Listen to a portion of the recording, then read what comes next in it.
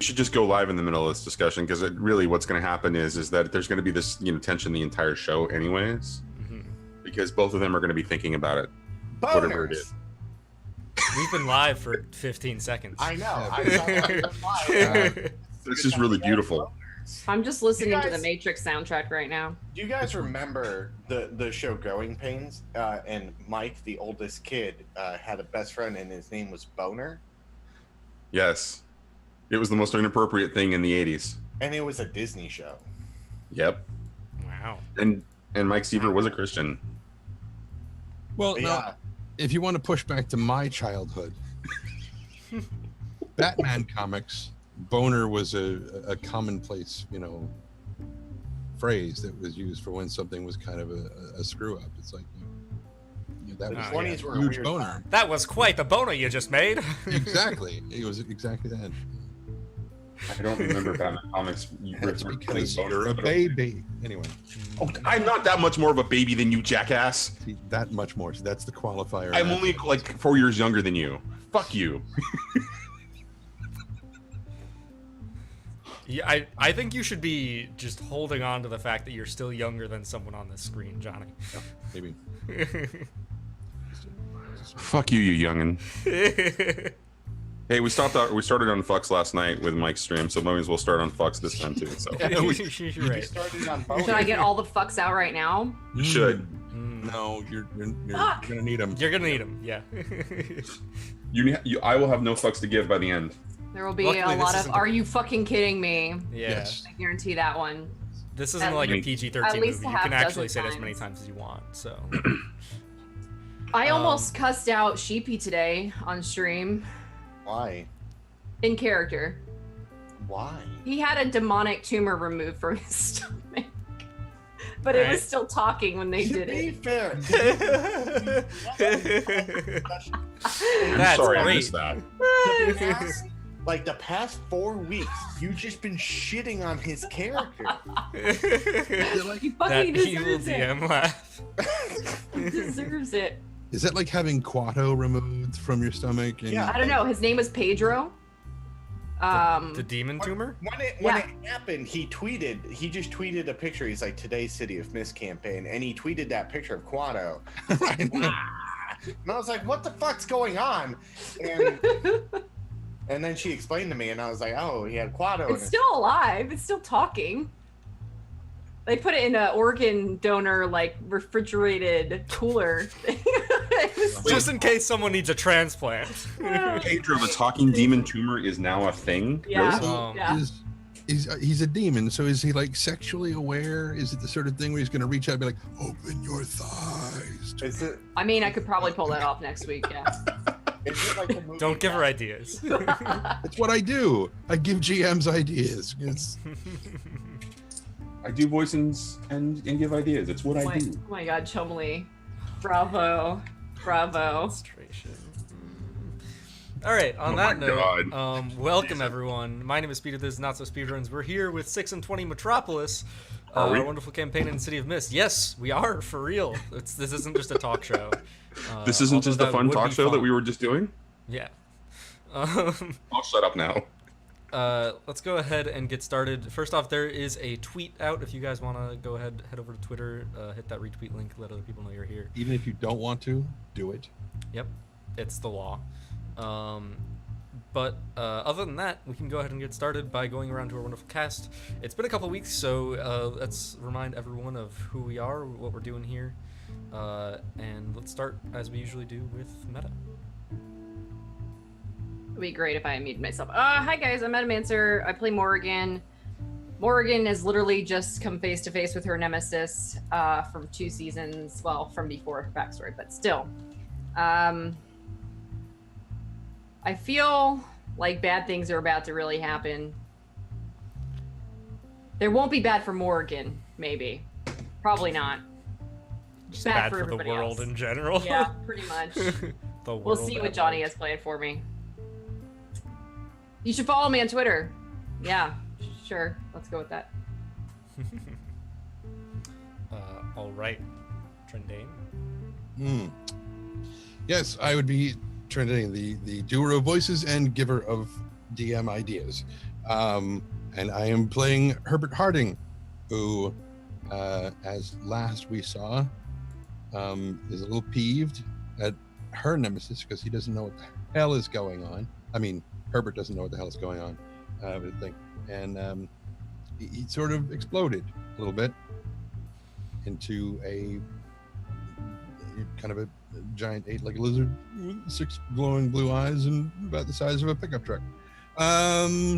And yeah, it's shit's about to get well, a little more freaky. Maybe we'll see. I don't know. Mr. Bateman, would you like to go next? Did you call me Mr. Bateman? Yeah, it's on your shirt. Oh, that's Bateman. Oh, I see. Sorry. The letter in between is invisible. The Batman? The Batman? Bateman. Or how it looks on my Zoom, Namtab. I was just going to say Namtab probably makes sense. Namtab. Never seen in the same room.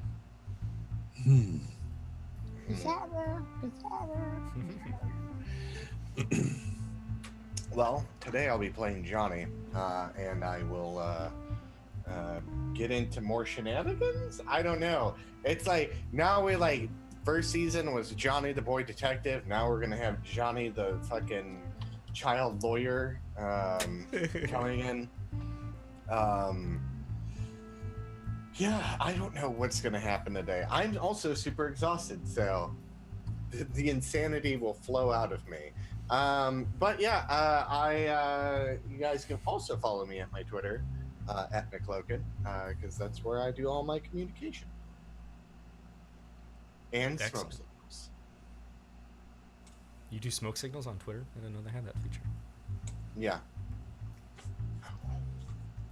I liked it.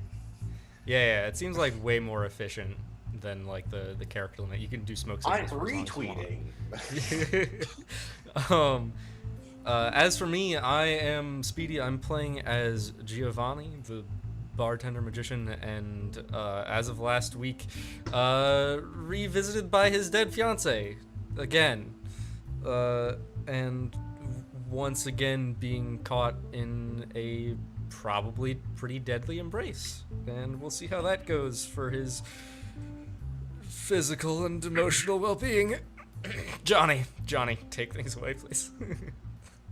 Damn it, chum.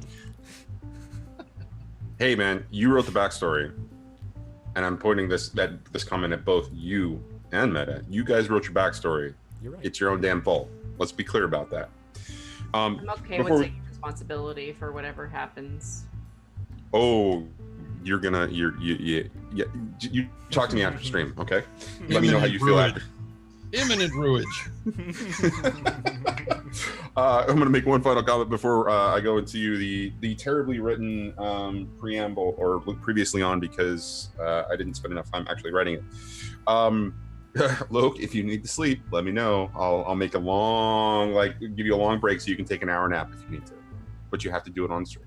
That's Yeah, and then we'll send Meta over to your house so she can wake you up. And tickle you. We're going to send her to tickle you. No. Yes.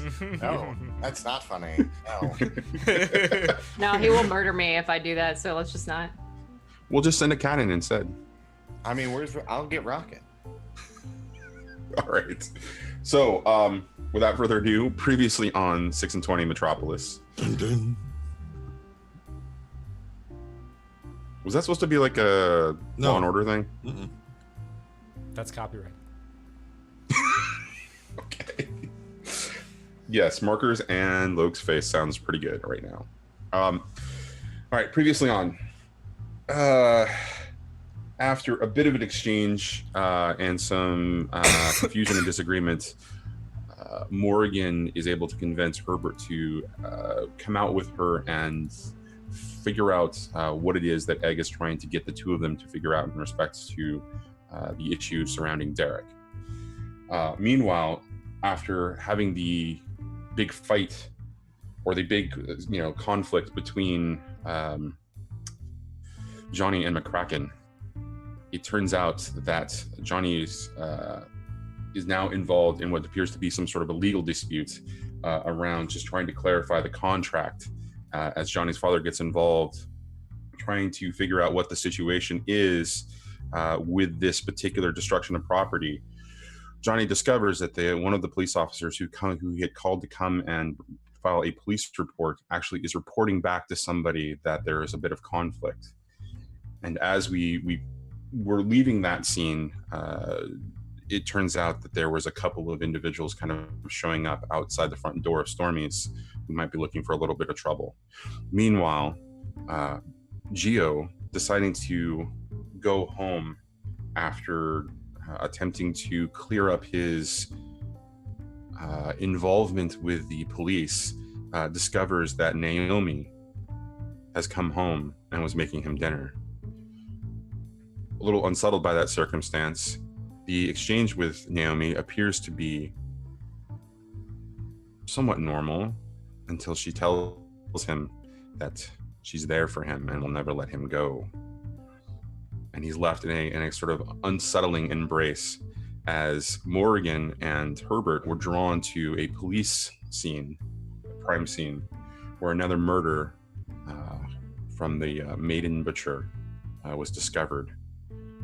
To which point, Herbert discovers an individual who looks a lot like the individual that he saw in his vision. And Morrigan comes out to confront him. Morrigan having him on the ground, the maiden butcher looks up at Morrigan, taunting her with information as Herbert loses control and becomes an unsettling beast. And that's where we'll fade in. Herbert, would you like to describe yourself for everybody again? That, and I can put a link to an image in the chat so that people can see it if they want. You keep doing this link thing and it's gross.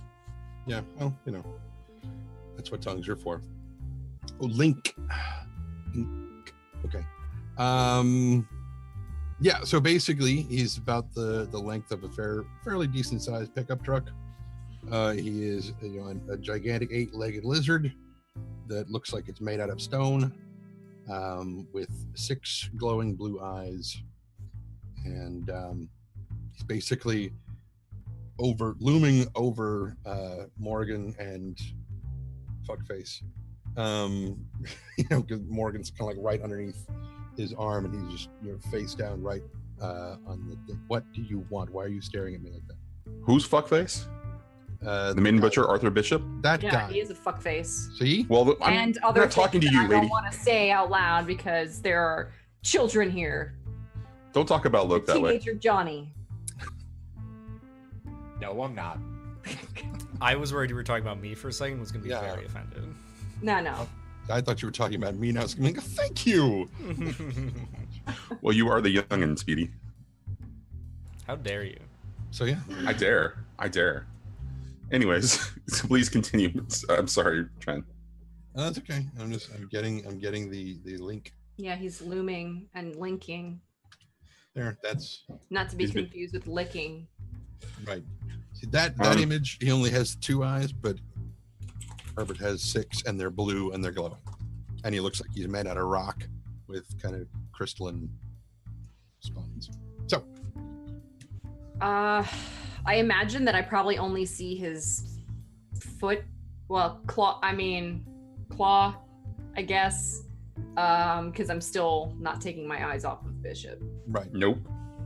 No?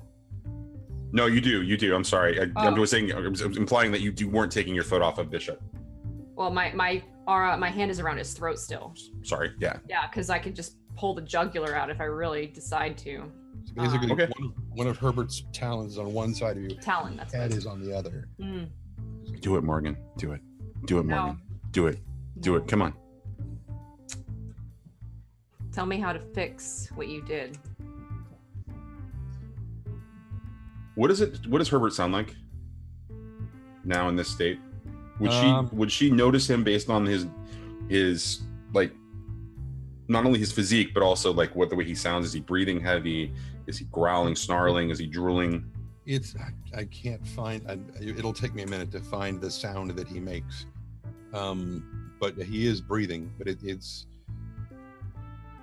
a very slow, deep because there's a huge reservoir of space to fill with air.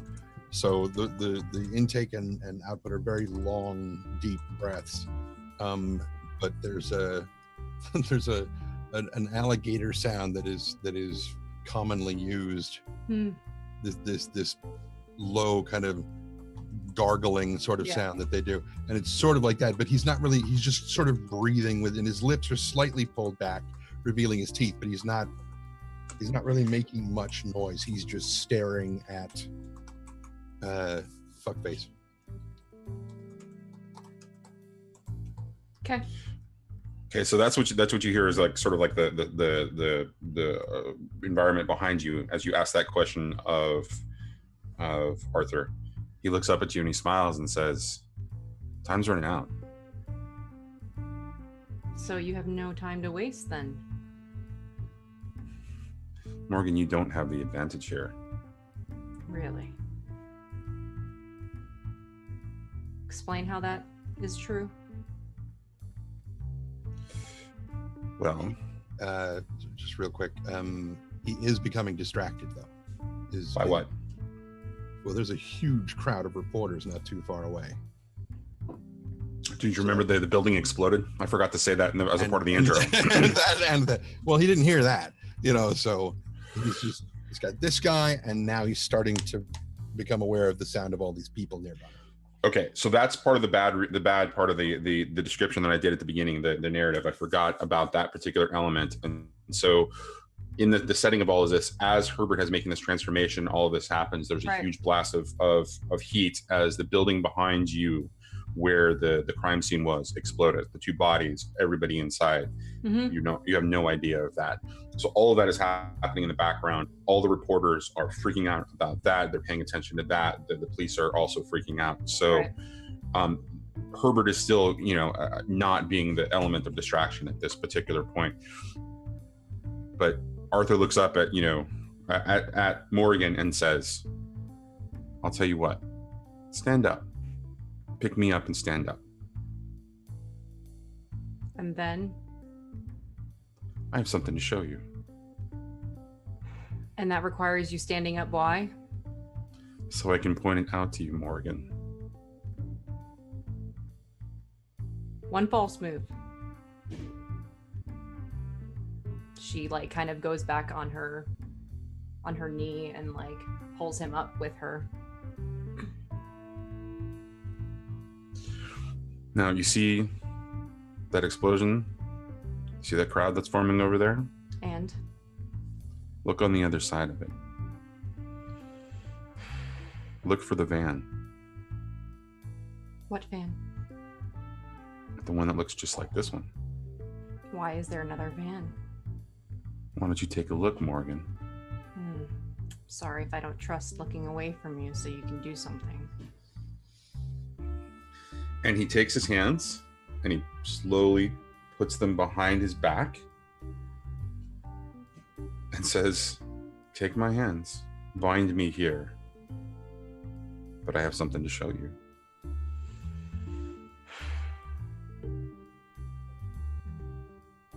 Fine. And so do you take his hands? Mm-hmm. So he submits to you and allows you to kind of spin him around, and he turns, and as you turn with him and look at the crowd, you see the snarling Herbert above you. How's Herbert reacting as they get up and he's motioning? His eyes on his left side have kind of pivoted towards the crowd, and as Morgan was moving to stand up, he sort of took a step back on that side, but he's starting to turn towards the commotion. Okay. Not paying a whole lot of attention to what's going on here, but all the screaming and everything is getting his attention. Okay, so what the two of you see is the chaos, right? And you hear more sirens in the distance, and you see that there are fire engines coming down the street in the direction across from the crowd where the explosion is happening, and you see there are officers running into the burning building trying to help and recover people. And as you kind of are scanning the crowd and looking across, Morrigan, you see an exact duplicate of the van across the other side of the crowd, parked on the far side of the street, and sitting in front on the driver's seat is Arthur Bishop. Cute trick. No tricks. So there's I just two wanted of you- you now? I just wanted you to be aware of the circumstances with which you're facing. So there's more than one of you.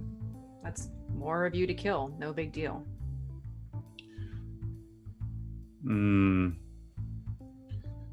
Sure. I guess if you want to see it that way. How else am I supposed to see it, Arthur? That's a challenge. Oh, you've been plenty of challenge. Why are you adding more to it? Because that's what this is all about. It's about the fun. It's all a game to you. Yeah, I get it. I get it. I didn't say it was a game. Not all games are fun, and not all fun is games. Yeah. There's no reason for me to have any explanations for you about what I think. What you need to do for me now is tell me how the fuck to fix Derek. No. No? That's still the fun part. It's really unfortunate. I'm sorry that you don't think that it's going to be fun. Oh, it's gonna be fun. Just not for you. You gonna kill me, Morgan? Oh no, that's way too easy. Oh, come on. You know you want to. Not yet. I know you feel the rage at finding me again. And now you've got more difficulties with me. You've got more than one. You can continue to take your rage out more and more, but there will always be more of me. Yeah? And that will take you farther and farther away from your fix for Derek. Yeah, maybe. But I'll take pleasure in torturing you and killing you over and over again. I don't know. Why don't you give it a shot, Morgan? You know you really want to. That's what you want. Don't be ridiculous. So No. why don't you gather up all your versions of yourself? We can all have a chat. And you can tell me what the hell is going on. And then maybe No. we can play your game. There is no making that happen. Why? We all work independently of each other now.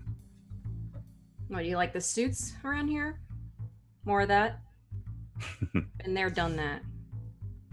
Has nothing to do with the suits. Yeah? That's a neat little trick that they have, Hmm. but we're nothing alike. Okay, tell me how you're different. I'm free. I was asked to do one thing, and then I'm free to continue indulging myself. Very nice. Who told you to do that? I did. You told yourself to be free if you do this thing, and then that doesn't even make any sense. Yes, it does. Why? Because I get to indulge myself and go on a new adventure with little friends all over the city. I've got the next one picked out. I'm sure you do. She's quite pretty. Yeah, you haven't been very patient with that. You're getting sloppy. That's the thing. I don't have to get sloppy anymore. I can just do whatever I want.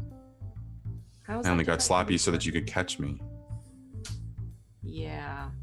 Except for it's not really catching you if there's many of you, right? So I'm not winning in this scenario. Oh, this is all about just delivering a message. That was my I heard job. a phone call before. I like a little dramatic flair. Oh yeah, I'm sure. I haven't figured that one out. Okay, Bishop, you can go. Go on then. Nope. No? You want to just stand here? That's fine too. I'm going. Okay. Well, I guess Brandy will suffer next. I guess so. All right. And as for Sydney's daughter, she's the last on the list. I hope you can have that on your conscience. What conscience? I'm a fucking murderer, you asshole.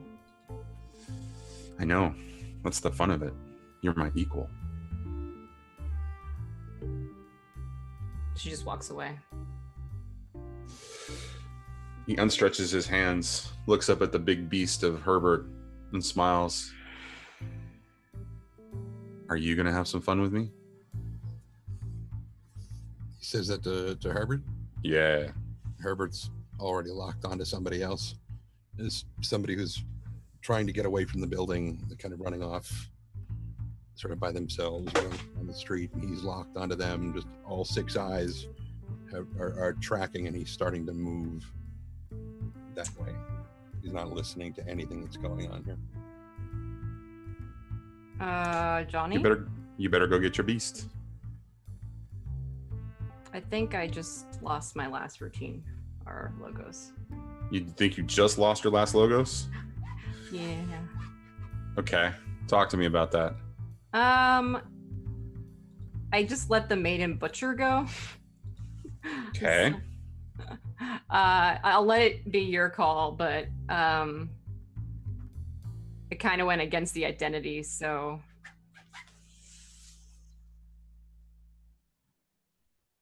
I don't know.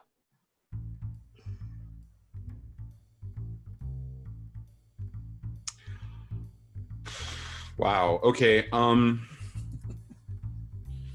Not quite what I was expecting you to bring up at that particular point, but okay. Because I wasn't expecting you to walk away from him, so. Right. All right. Here's what I'm gonna do.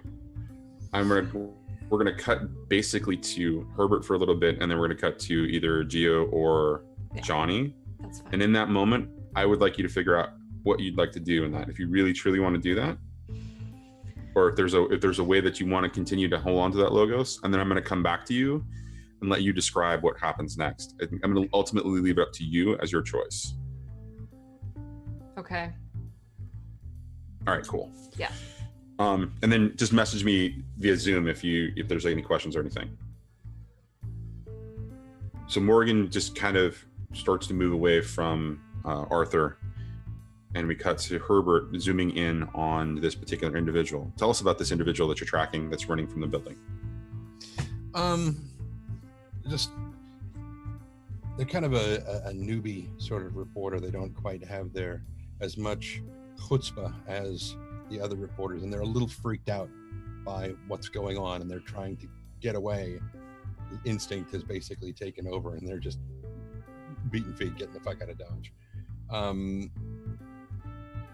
Whereas most of the more seasoned reporters are sticking around and trying to get the scoop and whatnot, and get their cameras rolling and whatever. This person is taking off on their own, and Herbert is moving with amazing stealth. I mean, he's not invisible, but he's very, very quiet for such a large creature. It's not so much stomping as the when the foot hits the ground, it's the other like 6 more of them are still in contact with the ground, and he just seems to sort of slide across the thing instead of big trumping steps. And so he's kind of skirting in a sort of an arc to try to get around in front of this person without them noticing, to try to head them off. But he's locked onto his prey, and that's where he's going. What does it sound like as he moves? Is there like because of the type of beast that he is there any type of like slithering or slapping sound? Or if he's on the ground, there is, because he is effectively made of rock. Right. And if he's on like the grass or sand or something, it's quieter. But if he's on cement or asphalt or anything, part of him does drag on the ground a little bit, and it sounds like a rock being dragged across the cement and whatnot. So it's not completely silent, but you don't hear these huge thudding, footsteps as he's moving. But you do hear the slide, especially his tail, when it's dragging along behind him. Okay, so as you're tracking this individual and they're moving through the crowd and running away, you see that they actually get into a car, and they're slowly trying to navigate their way through the chaos of people moving around, and the emergency vehicles coming in, and the officers trying to get a little bit of law and order out of the situation there. And they're just having a difficult time. So are you, kind of moving along the perimeter like a predator, waiting for it to move, or what happens when you discover that this particular person is not getting away immediately? No, he's still moving, and he's a little bit leery of moving into the main crowd because he's more of an ambush hunter. So he's waiting for his prey to get off away from everybody else.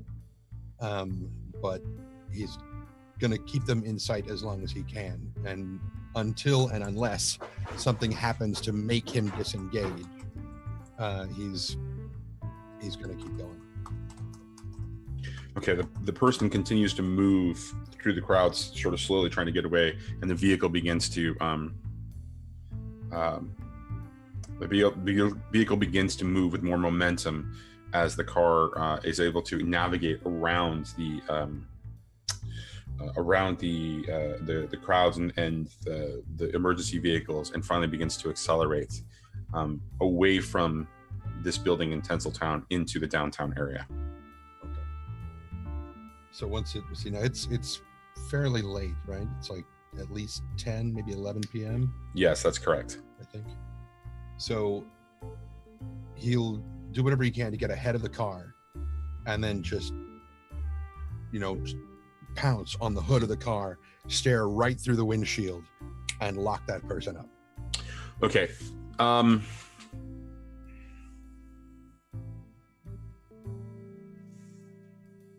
Trying to figure out if this actually should be a roll or something else should happen here. Are you being stealthy about it as you do it, or are you just going all out? Not when he goes to make the strike. No, when he's finally committed to the strike, he's going for it. Okay, so as you kind of you make your way around and kind of jump into you land on the particular vehicle. The vehicle kind of shakes a little bit as you kind of land, and you lock eyes, and the vehicle just slowly comes to a stop. And describe to us what happens as this person, as your gaze on this particular person, affects them. They the having a pickup truck sized alligator made of rock land on the hood of your car is a little bit surprising for most people. I bet. And he just is white knuckled on the thing, and then it's just this glowing blue shimmer in front of him, and he just his fingers tighten even further, and he can't look away, and it's just like he just gradually, his skin sort of ripples and loses some of its luster and its sheen, and it just turns completely into stone, and he is a perfect statue of the person that he was, still wearing all of his clothes and whatnot. I mean, they're not stone and whatnot, but he is absolutely what looks like a perfect sculpture of the person that he was in that moment, right there. A scream emits from just around behind you, as there is somebody who has caught view of you, and at that point there is a car crash that happens behind that, and that person is startled and they look around. What does Herbert do next? He, using one talon, just rips the roof of the car off and leans in and grabs the statue, rips it out of the thing, breaking a couple of pieces off, and just once he's got it in his mouth, he starts heading off down the nearest dark alley or whatever, out of sight that he can. Okay. Most likely heading toward the bay. All right.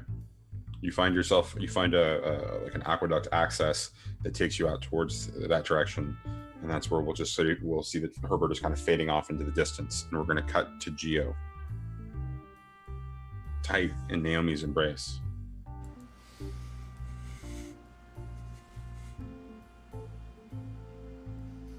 Missed you.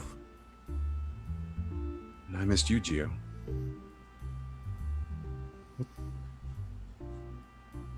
Are we good?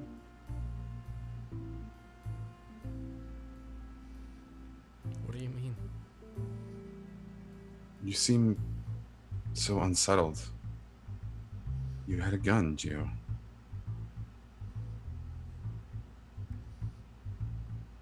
You're saying crazy things.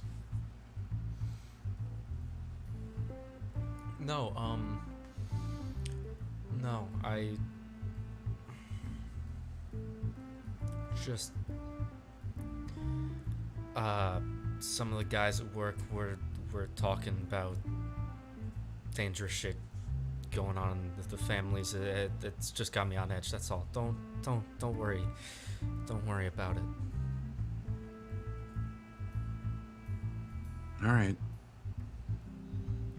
Okay.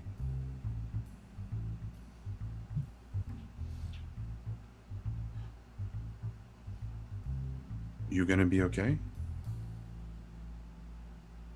Are you gonna stay? Yeah. I mean, I bought a bunch of groceries, making dinner. Gotta go to work tomorrow. Where else would I be? Where else am I gonna go?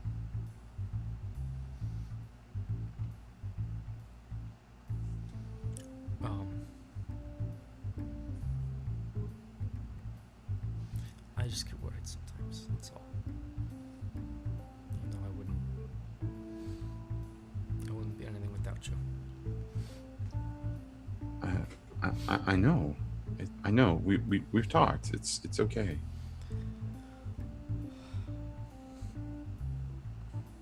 Listen, do you want me to take tomorrow off?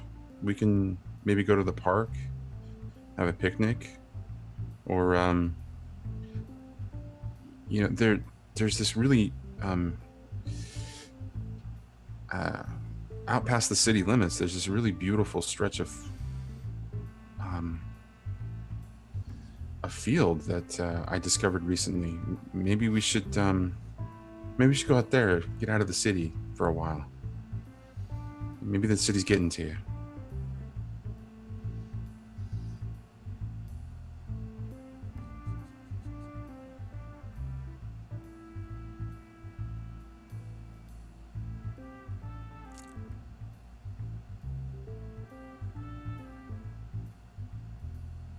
Park sounds nice.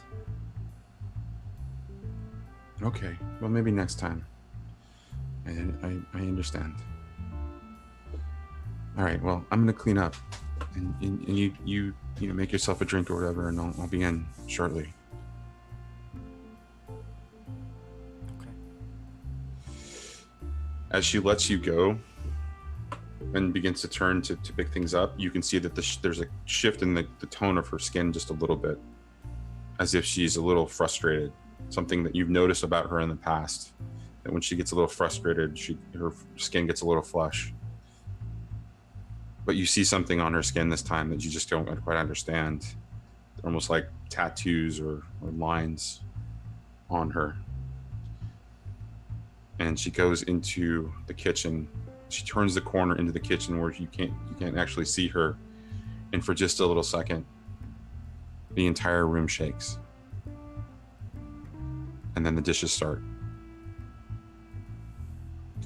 And as you kind of walk over and flip on the TV just for some background noise as you're trying to figure out what's going on, you see the news that there's an explosion in Tinseltown and that there are some weird things going on at a crime scene, and that there was some weird sighting of a lizard, but it's unconfirmed reports. Eyewitnesses are describing something that is scary, but they can't really kind of make it out. And the reporter says, "Well, no, we're going to get back to the topic of the explosion in Tinseltown." And they go on and on and on about it. But in the background, in one of the shots, you see Morrigan holding on to somebody and throwing him to the ground.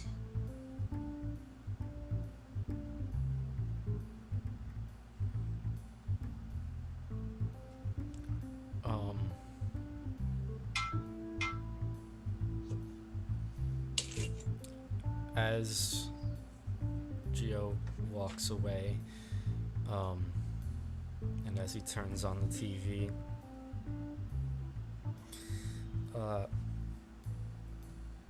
He pulls out the gun again. And he's just gripping it sort of tightly by his side. Sort of just turning it over in his hand a few times as he's looking between the TV and the gun and seeing what's going on.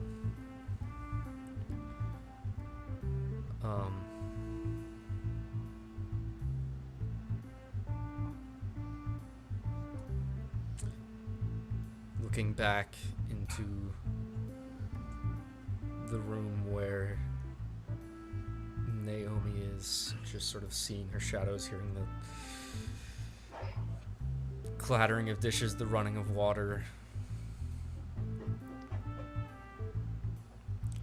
And when Naomi steps back out into the living room, he's gone.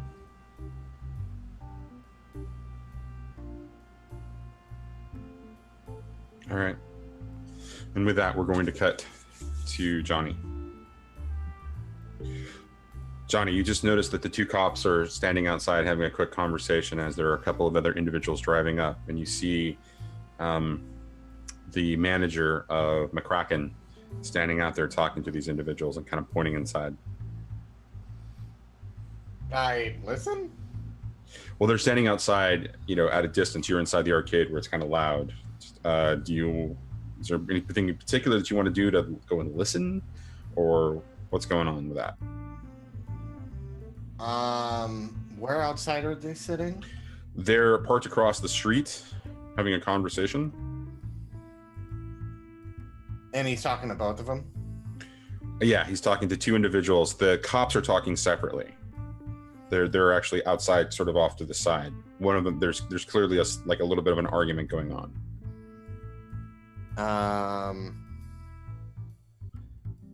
So Johnny at that point would then do the rooftop thing. He would go up to the rooftop and then he would jump to the adjacent building and then begin listening. So he's Batman. No, he's Namtab. All right.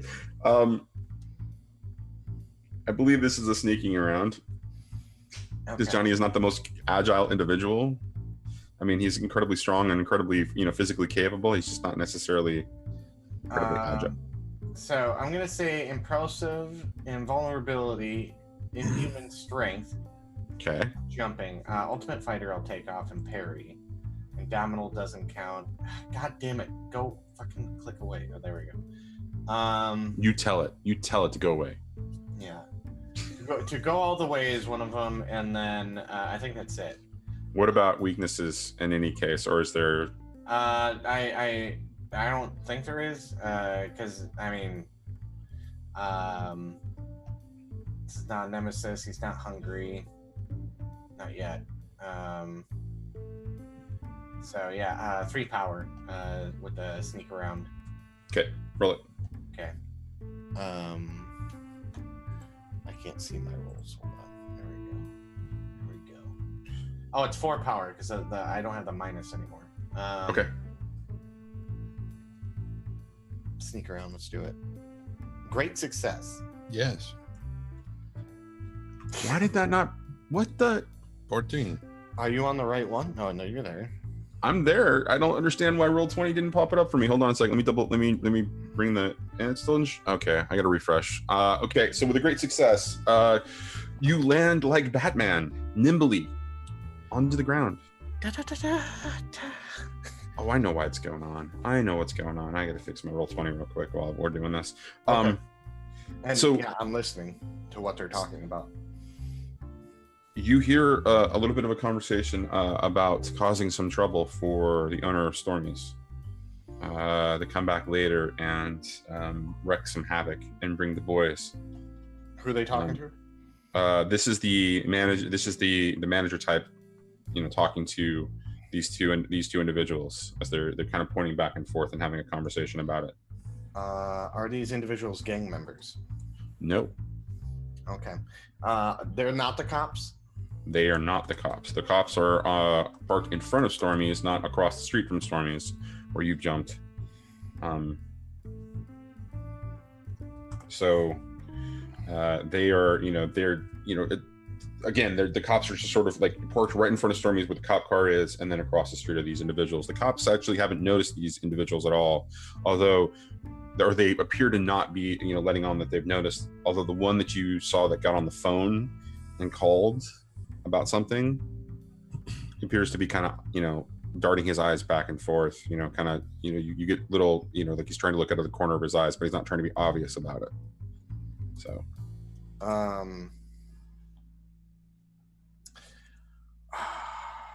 you did say last time what the guy said into the phone. Yeah.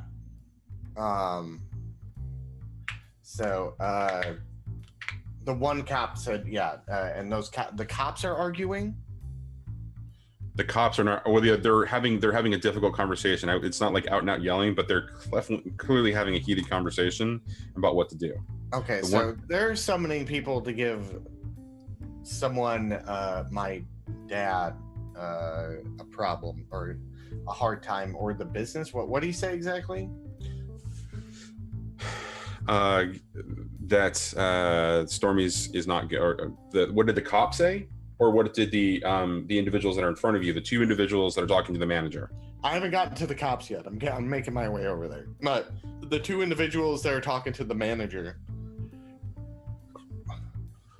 The two individuals that are talking to to McLoken's manager are having a conversation specifically about coming back later, making sure that they come back later with the boys to give Stormy's a hard time.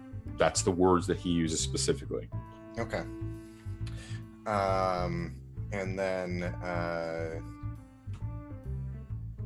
okay. I have a very bad idea, and it's gonna go crazy. All right, and then the cops. I want to go listen in on them. Okay.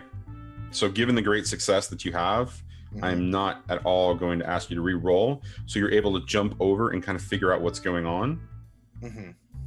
You're kind of able to get, and you hear that they're having a heated discussion about dropping it and just, not worrying about this case at all. It's not going to matter tomorrow. And the officer who, you were communicating with, who was really serious about the, getting all the information correct, is like, no, the investigation is going to go somewhere. And, they're talking about the differences, and the cop that appears to be dirty does not want that to actually happen.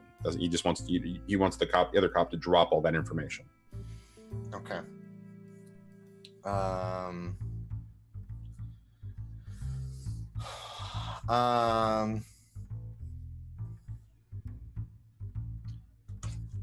So Johnny, he's gonna go back to the other building, and kind of go, okay, and goes over and to the group of the three individuals, the manager and the two goons. I imagine he's on top of a building that is like kind of just an apartment that's like in on top of a business currently, right? So he's gonna look down and be like, "Stop dealing drugs in front of my stoop," and then run away.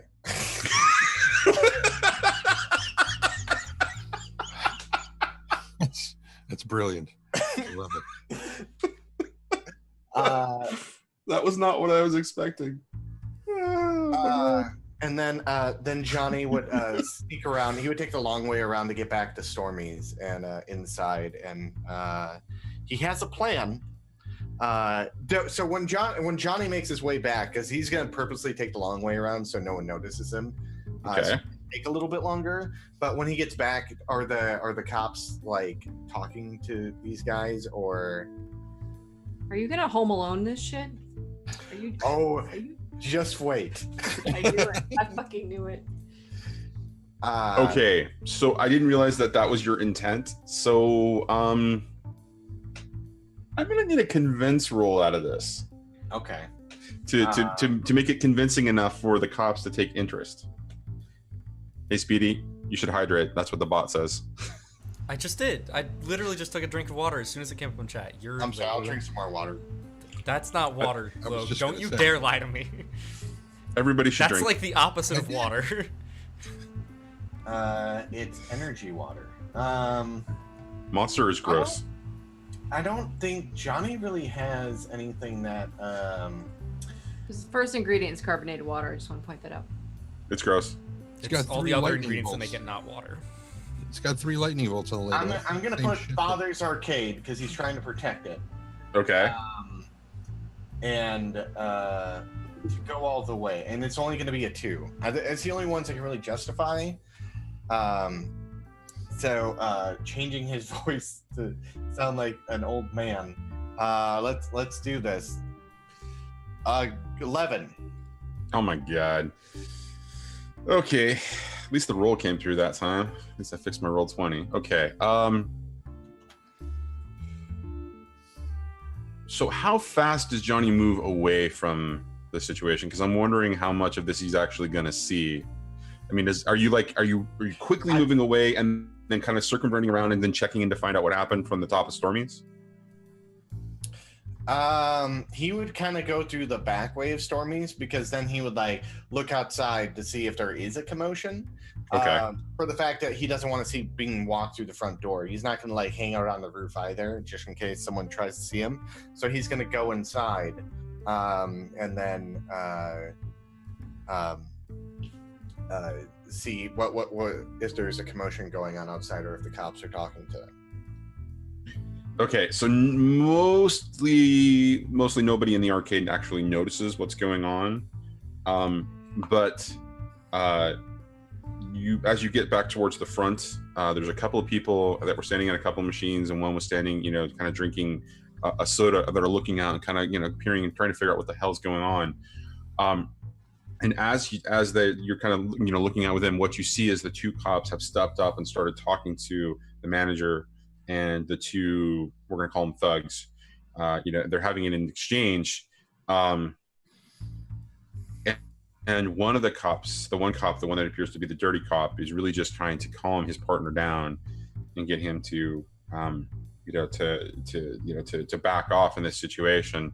And you can see the manager is just kind of frustrated at this point, and he's just kind of looking at this situation, and it's just he's stressing, and he's staring. He's a hardball, and he's staring down the dirty cop as the other cop is getting really kind of passionate about it, trying to figure out what the fuck is going on.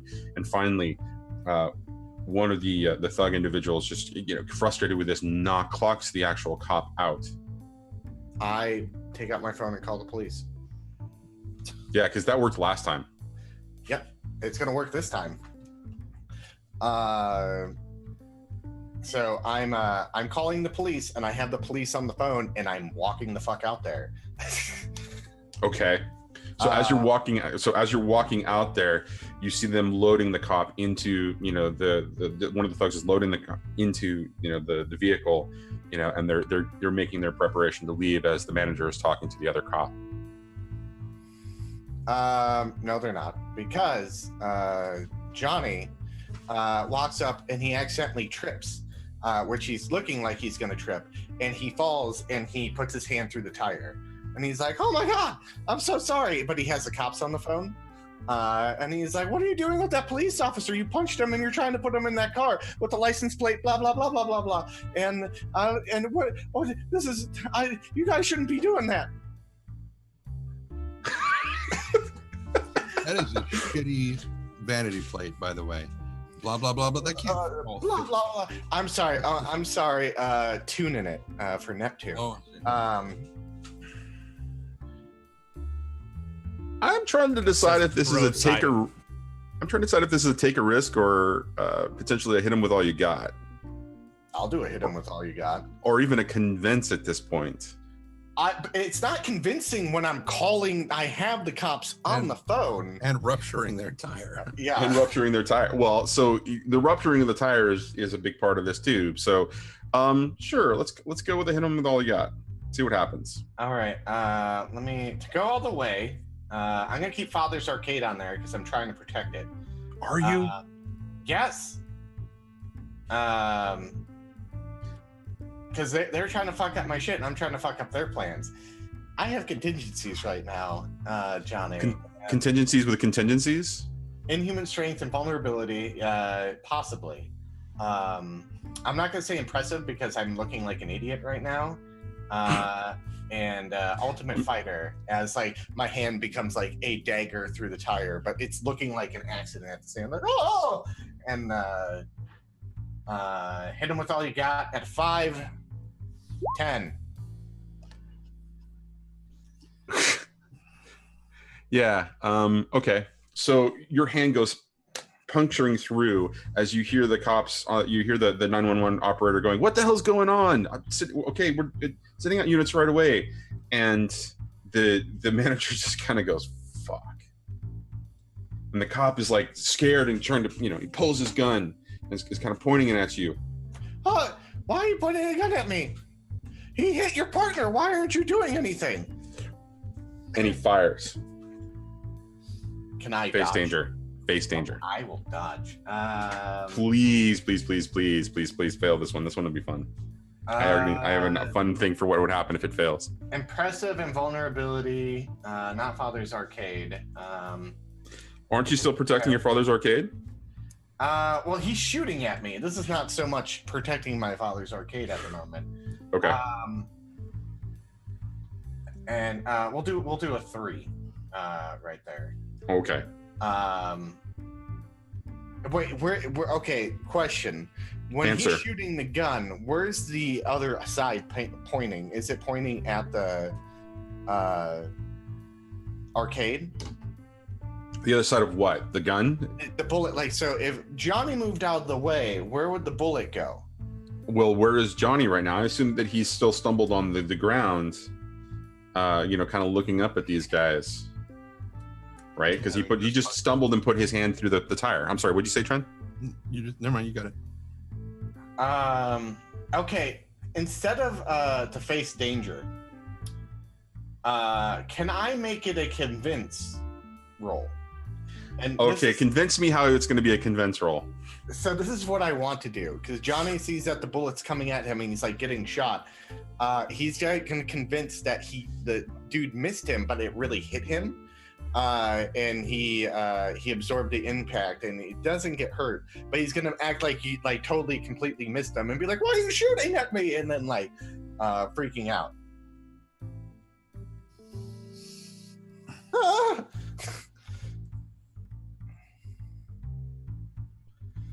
And he's yelling shots fired into the phone. If you don't want me to, that's fine. I can do face. I'm trying to figure out how that all right, fine, convince him. Oh my god. This is going to be ridiculous. I mean, it's Johnny. I'm going to put to go all the way in there then, because he's trying to convince them. So we're at a 4. Is there any minuses before I roll this? Yeah. There's one. Shaken cop. Okay. Convince. 13. I fail a look, roll. I don't fucking know, okay? At 3 is like average. 3 can be like either you fucking fail or you like. Okay, Luke, since you got a great success, tell me how Johnny convinces this guy and what happens next. So as the bullet comes at him and he thinks because the guy's probably eye does not perceive, him shooting, right? He probably goes to shoot it, and as he's shooting, he catches it a little bit, very quickly. And then goes and then also kind of slides the bullet in his pocket, and he's like, "What? He tried to shoot me. Why is he? Shots fired! One of your officers is shooting at me. I don't know why." Officer, what was his name? I can't remember right now. I created give me his name. Krupke. What? Officer Krupke? Krupke. Okay, Officer Krupke. Officer Krupke shot at me. I don't know why. He looks visibly shaken right now. He's like, oh, fuck. And he just holsters his gun and he bolts for his car. As the manager type guys looks just like, fuck. And he pulls out his phone. Send in the big guy.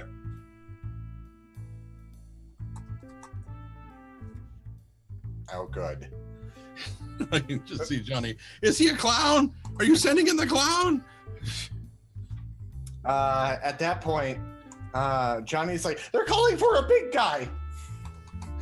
He's literally verbatim, like, saying shit as it happens. I'm sorry, sir. Did you say they're calling for a pig guy? Big! They're still trying to Listen, I kidnap realize all we're your cops, but I'm offended by that. The manager type looks at you and he says, are you done? You're already causing more of a mess I'm going to have to clean up. Are you done yet? You don't know me very well, do you? Well, I don't know why they're trying to take one of your officers, but it's a manager, Neptune. He manages what's his name? Tim McCracken, some famous internet playboy guy. I don't know. And he looks over at one of the other thugs behind you and says, all right, do it. And as you're kind of narrating this, the other guy walks over to the trunk, pops it open, and pulls out a rocket launcher. And begins to aim it at Stormies. Okay. This is what we're gonna do. We're gonna face danger. And be like, oh my god, he's got explosives! And he's running up and crushing the missile.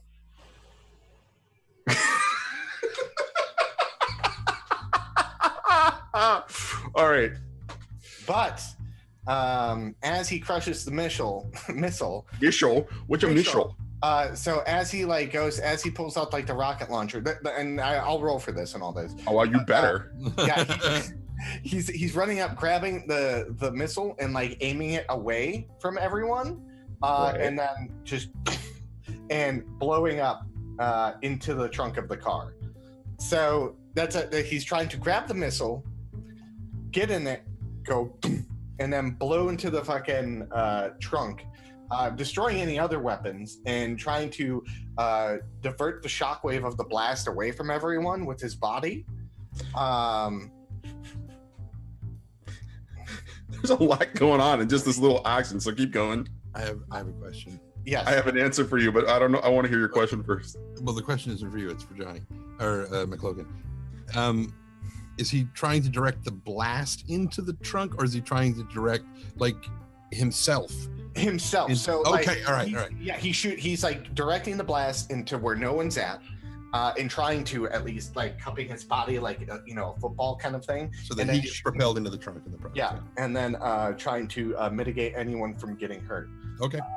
So, I want to say this is either going to be go toe to toe, face danger, or hit him with all you got.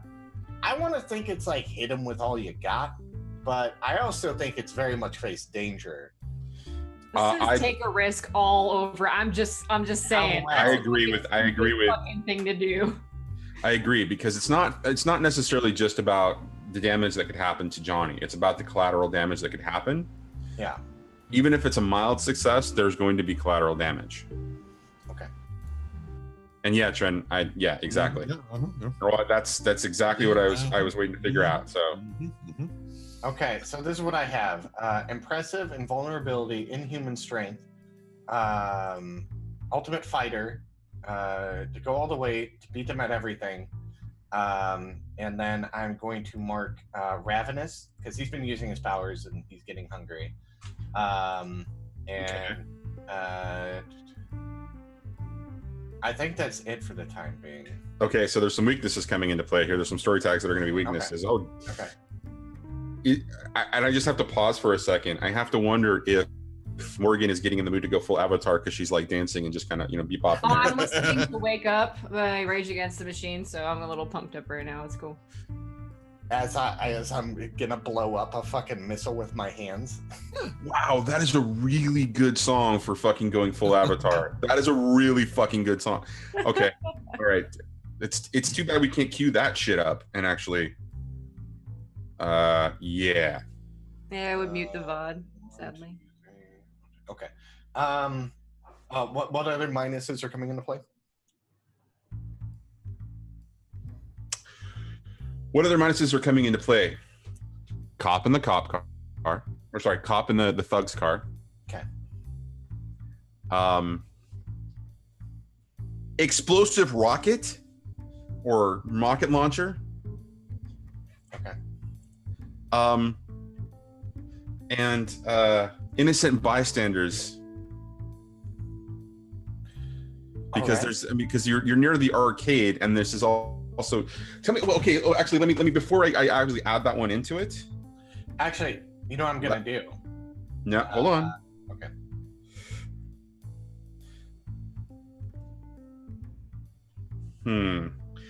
Tell me about the neighborhood around Stormy's. Tell me about the street, and tell me what other businesses around the street.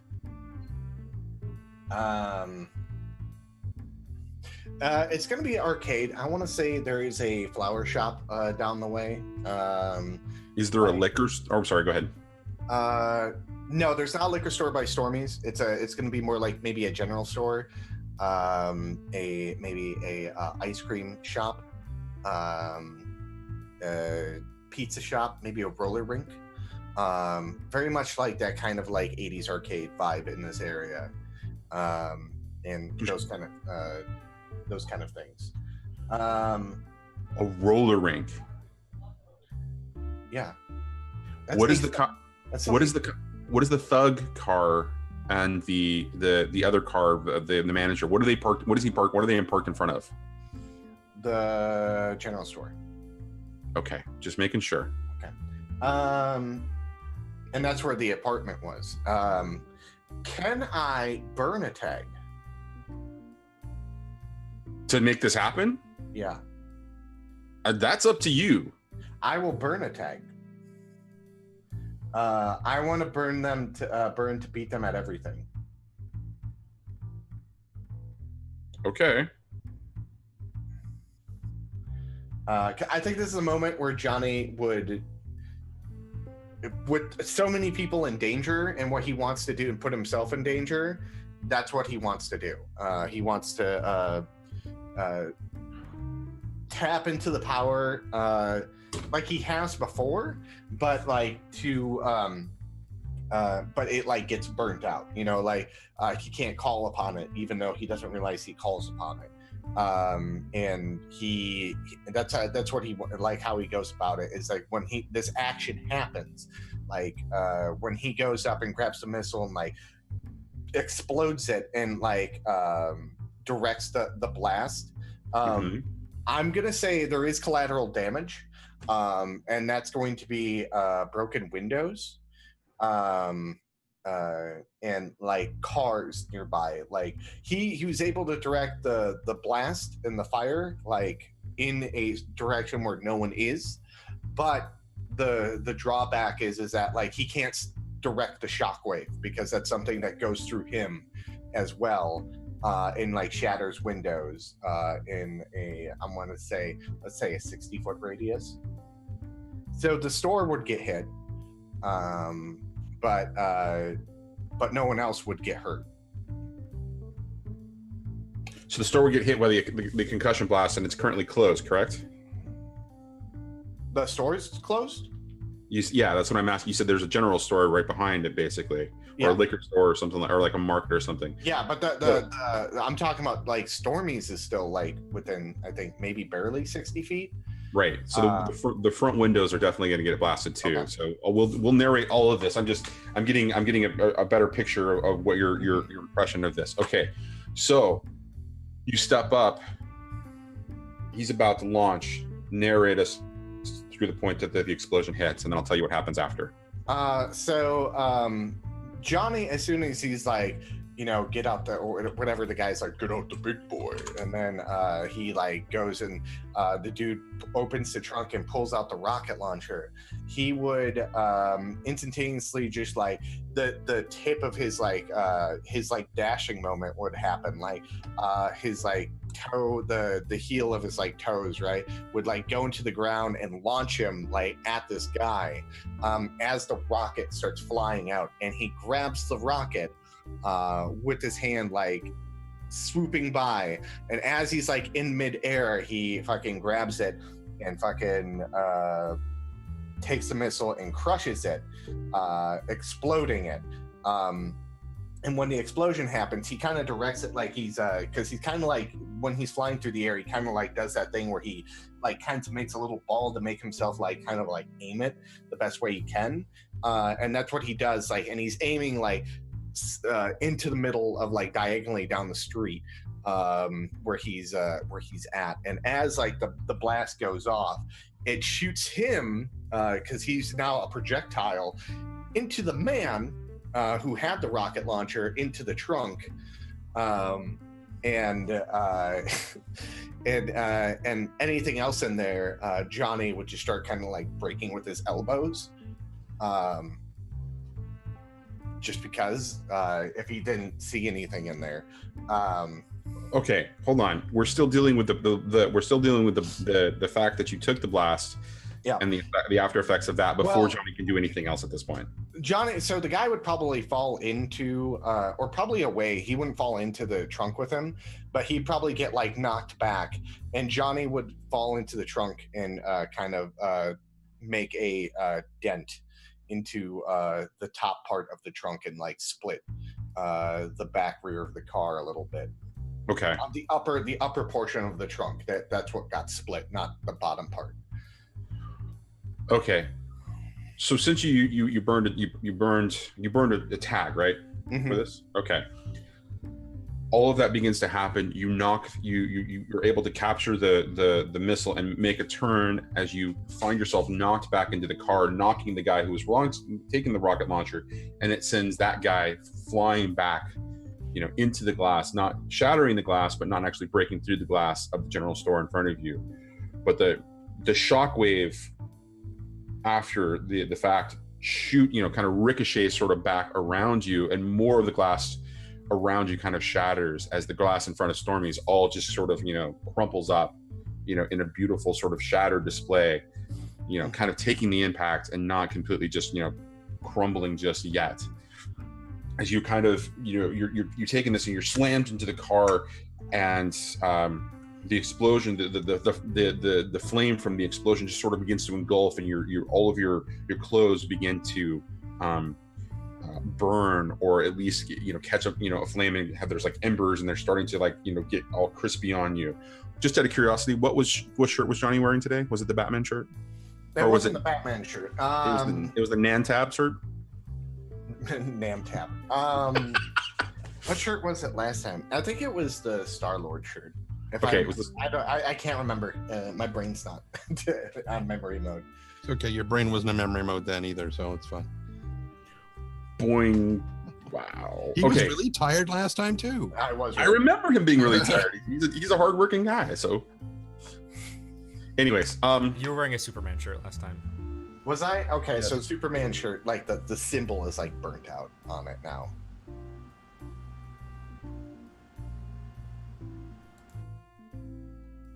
Okay. So, shirt's burning, crushed into the car. You're seeing the damage around. You hear car alarms kind of going off. People are starting to to run out of Stormy's and coming out of the roller rink, the distance. Trying to check out the situation, looking around, going, "What the fuck's going on?" As Johnny is just like the clothes on him are just sort of burning up and embering, and just kind of beginning to flake off of him. And he's looking around, just sort of looking at the damage as you see Carl, you see the police beginning to come down the street, lights blazing. And so the manager shakes his head and he says, "I'll see you soon, kid," and gets in his car and speeds away as we cut back to Morrigan. Hey, I've been trying to prompt you via Zoom. Hey, and you're gonna have to get a new Oh, phone. I only just now saw that. That was Mm. not a while ago though. It was recent. I keep going back and forth. So technically, I probably go Avatar, but I don't know if it's appropriate to the timing of the story. Oh, it's perfectly appropriate depending upon what you do next with it. Well, her avatar gives absolutely no fucks about human life, so her agenda, like I was looking through to figure out the agenda. Her agenda is a mission. Okay. So, basically, to judge the city, like, and nobody's there to stop her. So nobody in their right mind is there to stop her from her crew.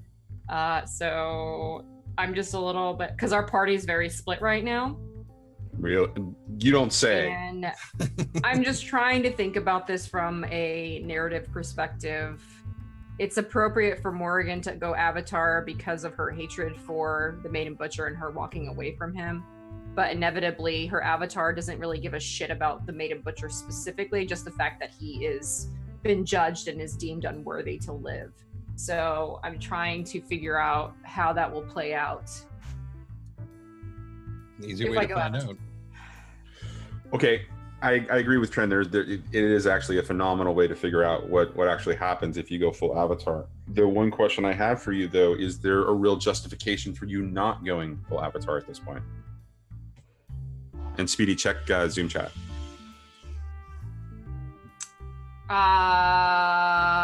No, because I'd be going against my own role of anti-metagaming. So no, there's no reason I wouldn't.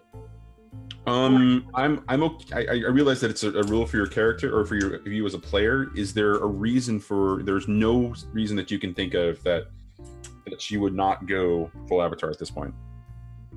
Well, yeah, because it would add unnecessary complication to the story right now. Because when an avatar is created in the city, all the other avatars are like, "What the fuck?" So, Yes. There's that part. Unless of course Bishop is an avatar, in which case then it's okay because it's Avatar versus Avatar, I guess. But it's not. If he is, it's going to be more than one person going after her. I don't know if he's an avatar, but he's got multiple versions of himself, which wasn't the thing that he had before, so I don't know.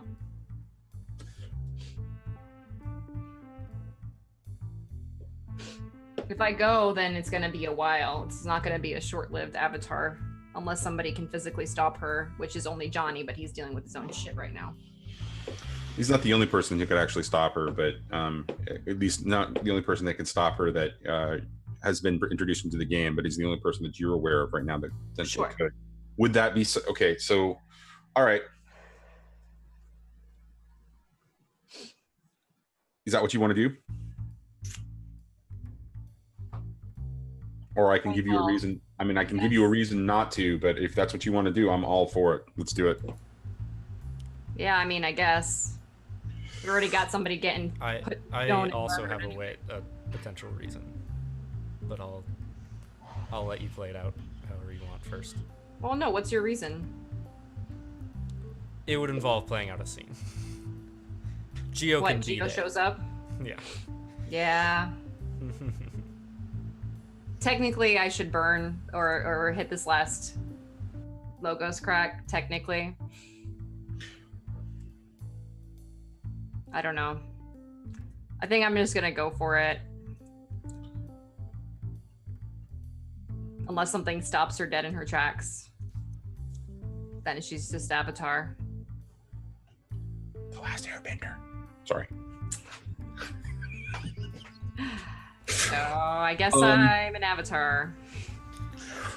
Describe the scene. Yeah. So here's what I want you to do with this. You have complete narrative control of what's about to happen. There is one element in the scene that is out of your control, and that is Geo.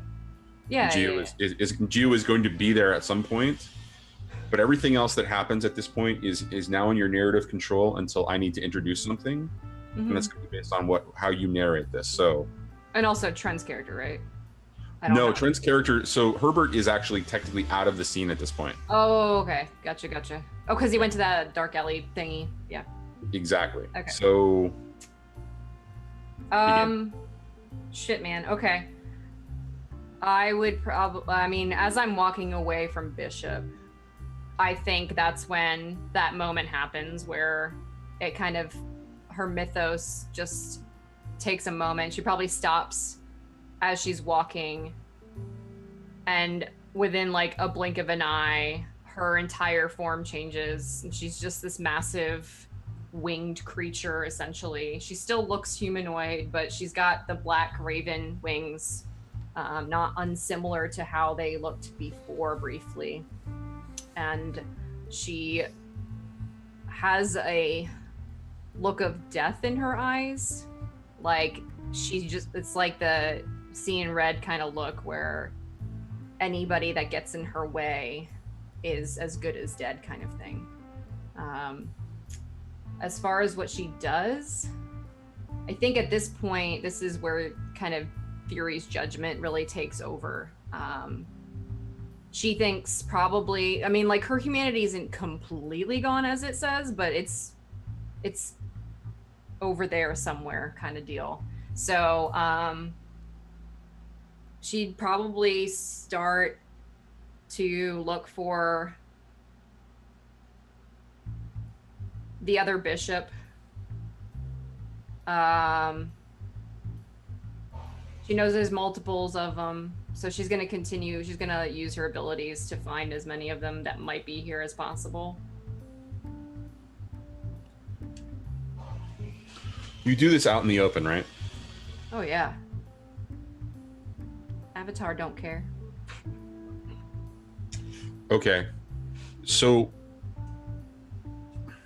I mean, she doesn't look like herself. It'd be hard to recognize her unless they knew, like, unless they were, like, looking at her and watched the transformation. All right. So as you begin this transformation and your shape essentially changes, your entire physical form changes, there are screams that are coming from the crowd as a couple of people begin to notice you, and you begin to feel their fear and their guilt. But as you begin to kind of feel that sensation coming to you, as it's almost being broadcast towards you, more explosions happen. And attention is drawn back towards the building as another explosion happens in a building right behind the currently burning building. And then another explosion happens in a building adjacent to it. And all the attention and screams, and people are beginning to run away from, because they're afraid that there are more explosions happening. And so as this sort of chaos and carnage is going on, Morrigan is just sort of left there dealing with all of the emotional, baggage that is being broadcast in her general direction, as you feel the fear and the guilt and the anger and the frustration and the in some cases, sheer delight at the chaos that is happening around you.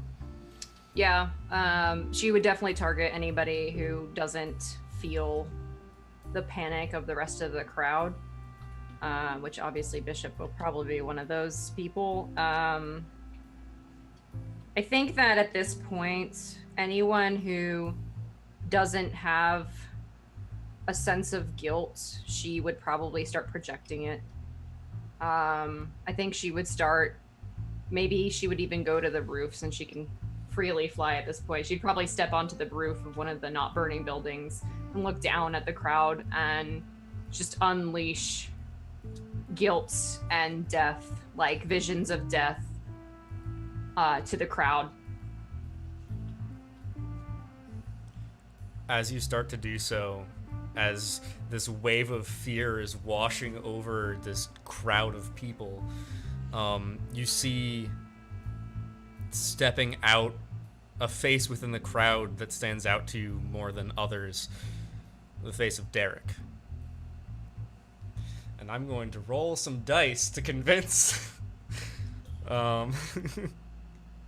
This is about to get interesting. I wasn't expecting you to do that. Yeah.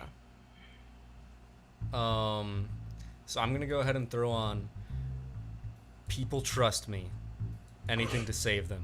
Fake smile. Good listener. Misdirection. Death defying. Hidden methods. Tricks of the trade. And a weakness tag of man behind the mask. There is one other weakness that's going to come into play, and if in this particular case, I'm also going to ask Meta if she has any particular ones that she wants to add. But chaos is going to be the negative story tag that I think applies here, based on everything that's going on around you.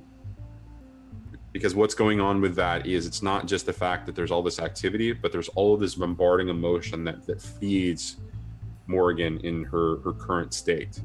So that is a weakness tag. Meta, is there anything else that you think applies because you're in the avatar state? Yeah, battlefield. This is what she does. She's a Celtic god. This is her purpose, to create this. Sway the tides as she sees fit on her whim.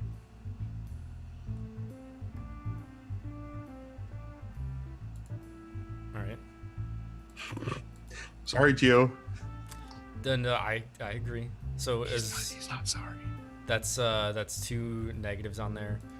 What Okay. are our crew power tags again? I know we have going deeper and honey and vinegar. There's one other, right? Yeah, how is that going deeper though? I'm not saying it is. Oh, I'm okay. asking what our other power tag is. Innocuous. Our weakness tag is it's personal. Yeah, which I don't think this is, because this is about the crew. It's not about Geo personally. But it's about Morrigan. Yes. If it were you making the roll, I would say yes. However, this is in Geo's attempt to do this. He's trying to do something that is not selfish. It's not personal for him. It's trying to do something that's good for the group. Yeah, I'll take it with that, I think. Although actually I'll throw in honey and vinegar as well, because I think that applies.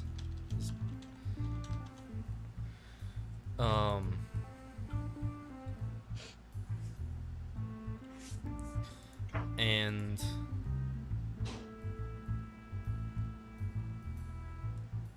I almost want to say this is a stop holding back, actually. I'm going to assume that since this is the first time that he's doing something like this, it's absolutely a stop holding back. Yeah. So instead of power tags, it becomes your logos, or it becomes a straight roll plus your logos. Great. And then no power tags and no weakness tags really apply in this particular case. It's just a straight roll. Okay. Are you comfortable with making that decision? I think that it makes the most sense to be doing this right now. Okay. So. All right. So with that, let's talk about scale. Right? That's what it's called. Didn't need to roll that. That's Don't okay. ignore that. I didn't add anything. Yeah, Well- significant no return in ultimate. Significant ultimate, or no return ultimate. It's talking about scale. All right, guys, this is one of those cases where, guess what? We're having a long conversation. What do we think in respect to scale here? Geo doing something like this, to me, seems like at least no return. It's not a grand scale, it's just a single image. Right? But it has a hell of a lot of impact on Morrigan, and Geo knows how much Does it? impact it's. She's got nothing left of humanity right now, barely. She's No, an she doesn't avatar. You're absolutely right. She's got nothing left of her humanity, but the only thing that she has been holding on to this entire time has been Derek. But it's gone right now. That's As Right, an but- avatar, my entire agenda is to judge the to judge man. So Derek might help bring her back, but it's more about the people who are in front of her. So like Bishop and the people who are corrupt and that kind of stuff. Right, but if he is able to succeed in doing this, if he succeeds his role, he'll be right in front of you. The visage of Derek will be right in front of you, and potentially Morgan won't be able to tell the difference in Avatar state if he rolls successfully with the stop holding back. So I'm wondering if that at all would have any impact on her. Because if it's not, then I'm going to treat it as significant, right? And that way, Gio still gets to do what he's going to do. It's going to have some element of influence on what's going on for Morgan, but it's not going to necessarily have the stopping power that we're expecting here. I mean, this does not feel like an ultimate at all. It's not. No. It's not Gio ultimately risking his life. Well, it is him risking his life, but it's more. There's more of a personal thing on the line here versus it having like a sort of like a citywide effect or a global effect kind of a thing.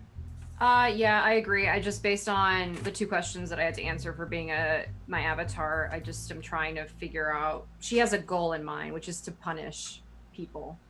And the end game is that the city is cleansed essentially of the unworthy, the people who do not deserve mercy. Okay, so I don't know where Loke is typing this from, but Loke is making some. Yeah, it's making some really good points. I agree. It's sort of a hey big fella, sun's going down kind of a moment. Does that make sense to Morgan? I don't know. From my perspective, I would say that if he tried to do this tomorrow, it wouldn't work. But she is freshly emerged. And there may be, much like with Johnny and the bomb, there may be still some tatters still clinging to her. And those could have some echoing influence, maybe. It'll depend on how he rolls, I would say. The alternative would be, even if he succeeds, it might actually make things worse. I don't think that's necessarily a bad thing. I'm just letting you know that might make her more enraged about Bishop. And like he is the ultimate of evil that she has to get rid of. So there's a possibility on that front as well. Right. The distinction, I think, is that right now you're instilling fear and guilt into everyone in the crowd. You're judging literally everyone right now. Yeah. What Gio is doing and why he's chosen the visage of Derek is to put someone in the crowd that will appeal to your humanity, so you can potentially see not everyone should be judged, to pull back from that vindictive, merciless sense within you, and instead get some sense of that humanity back. Well, I want to interject here. I'm not going to play devil's advocate, but I mean, I understand where. I don't understand why Morgan walked away. First of all, so because she doesn't. She's freaking criminal profiler. She knows his game. Like, she understands that's what he wants. She wants him. He wants her to engage. Oh yeah, there's a clue waiting for her if she engages, but and I feel like this is making her engage. Regardless, it was a checkmate move, so to speak, on his part, because you walked away and you started going Avatar and going to judge him anyways. So I think, to me, and this is just me, I know this is Morgan better than all of us. To me, Morgan, doesn't care about anyone except for like a small number of people. That's a very small number, like one, maybe Johnny. 2 people. I care about 2 people. Who are the 2 people we care about? Roth and none of you. Wow. Yeah. I'm just being honest. What? Poor Johnny. And the little girl, I imagine. Whatever. What about her mom? She cares about her mom too. So 3 people. Her mom's dead. She don't care about her no more. Yeah. So Cold. Here's the thing. Morgan. to me, being the psychologist that has no degree, I there we go. I with her going to Avatar state and then seeing Roth, it may trigger her to be like, I don't want him to see me like this. It's possible. Because and I agree with what Trent said. This is like you're going into the Avatar state now. If this moment prevents it, like seeing Roth and getting reminded of that humanity, you may be like able to control yourself and one up Bishop.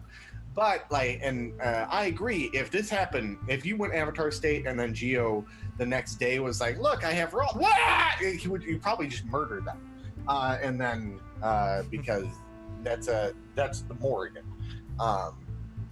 So I think you're still Morgan, but you're turning into the Morgan, but you're in this weird hybrid state currently, and you have a choice to be like, I'm doing it, or narratively explain it. So to me, you have options. And if Roth is there and he succeeds on this role, you could play it either way. But like that, I'm just it's a possibility if that's how Morrigan could think.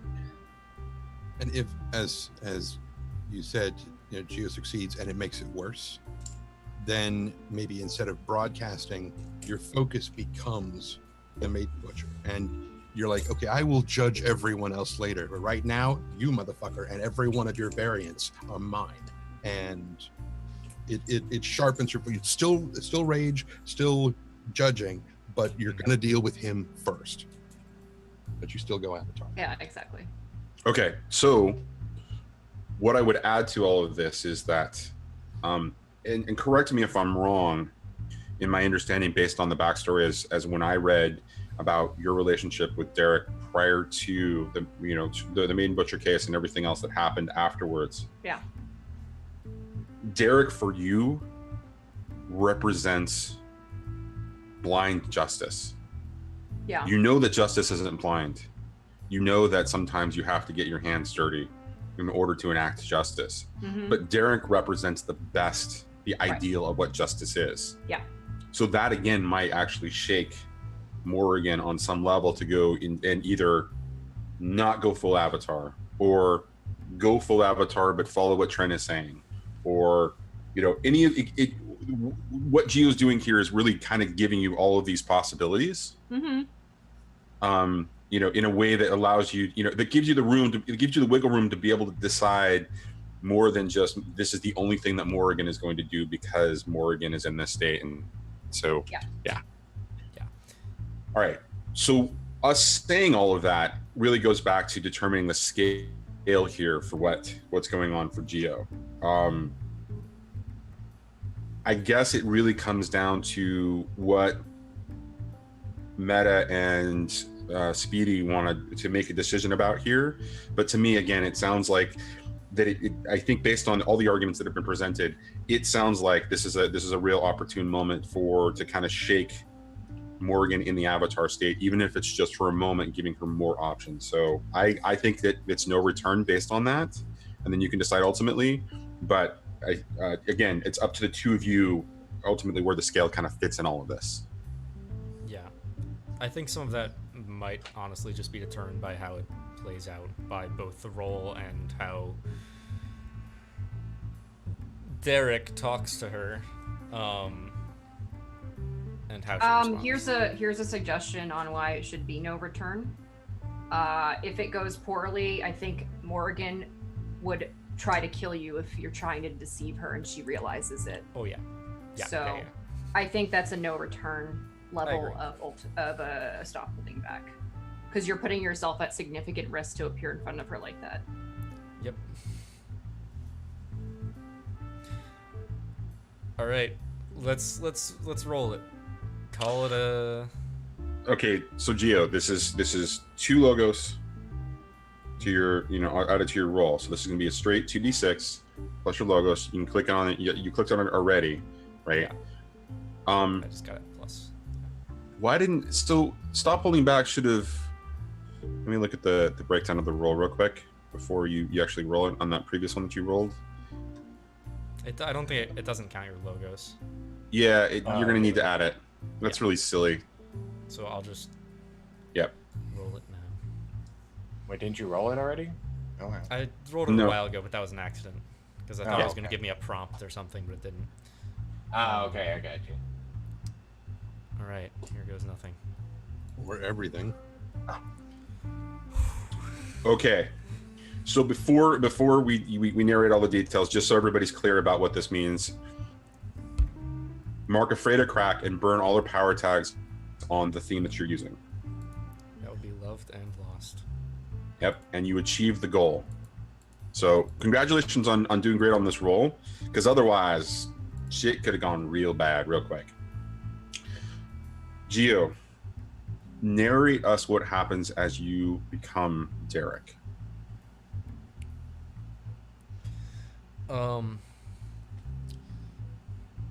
Gio doesn't know Derek particularly well personally. What he knows of him is from seeing him at the gala, from hearing Morrigan talk about him, from occasional news reports that he's been on, and just sort of brief interactions. But from that, and more so from his interactions with Morrigan, and from how he knows that she feels about him, and how he would expect someone that Morrigan cares about to be, he's able to kind of reconstruct some of the mannerisms that Derek might have. As for the physical transformation, it's really just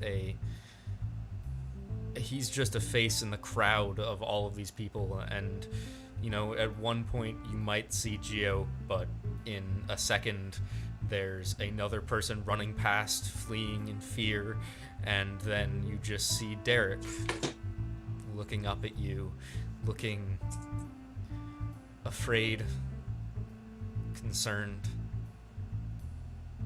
forlorn. Is that the emotions that you're broadcasting?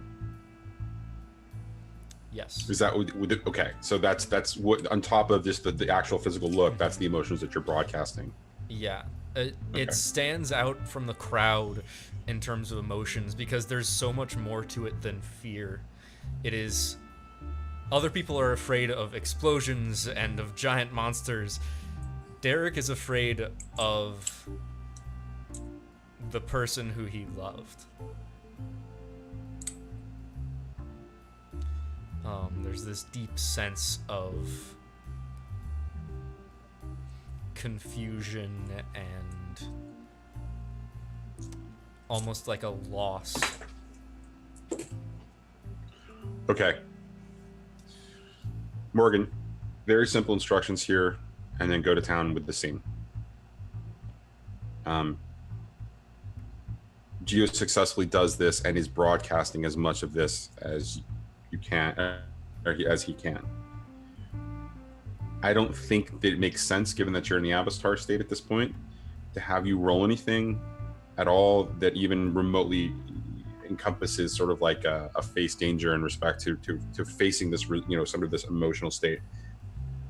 Whether she's completely aware of what he did, that's entirely up to you. Just take us to whatever's next.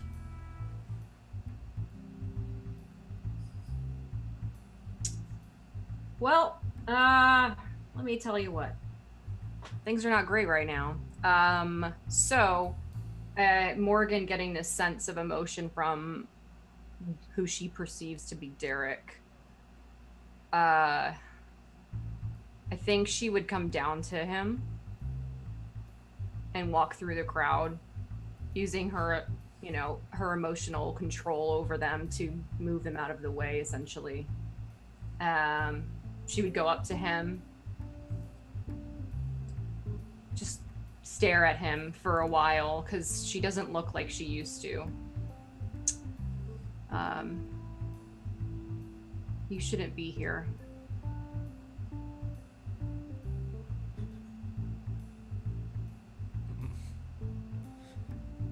Is that you, Morrigan? Is that really you?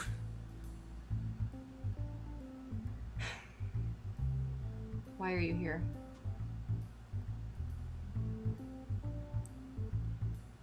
The news, the explosions.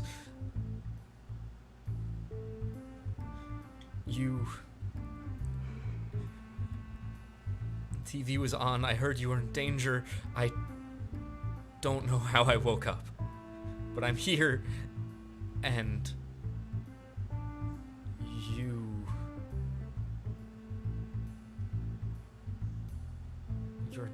you're doing this. If you're here, then that means I can kill him.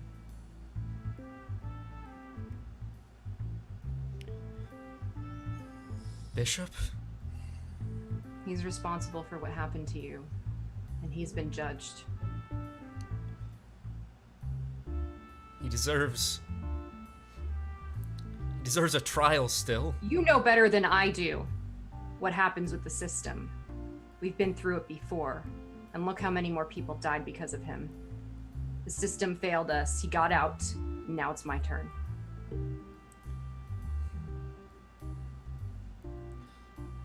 Yes, the system can fail. But if we don't acknowledge it, if we don't use it, if we give it up, more people die. But not by his hand. Not this time. What kind of justice is that? The justice that we have to have. The one that wasn't given to us.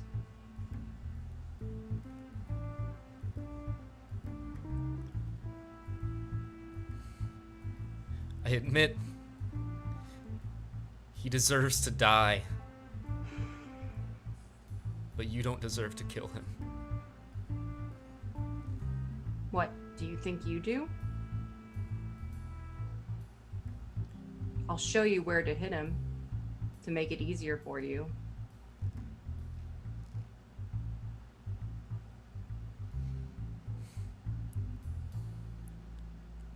If that's what it takes. But you...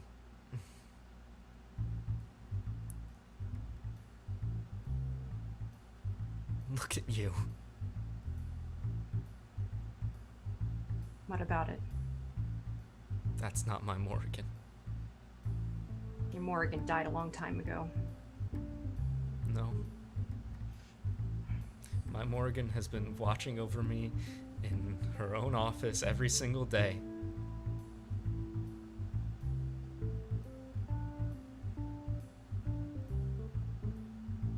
You're still there. I know it. Maybe. But so is Bishop.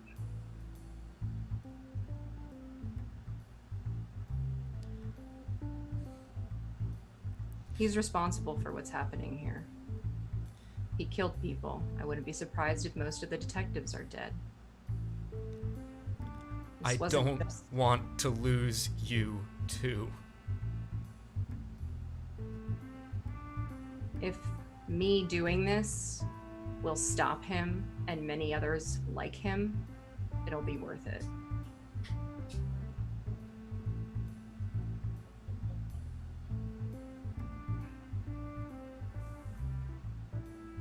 And then what? And then you continue doing what you do. And Once you? I've cleansed the filth from here. The ones that don't deserve justice. Because this is their Everyone justice. deserves justice. You think that Bishop feels that way? He has no regard for anything that you stand for. It doesn't matter what Bishop believes. Put men behind bars who don't believe in the same code that I do, that we do. We don't put them behind bars for that. We don't kill them for that. Really? What is the idea behind executing a man for their crimes, then? This is the same thing. I'm expediting the process. To guarantee he doesn't escape again. Not to mention, there's too many of him.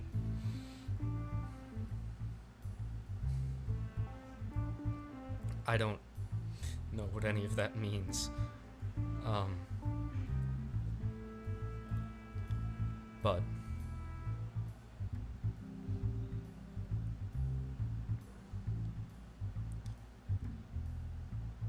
revenge is a dangerous road, and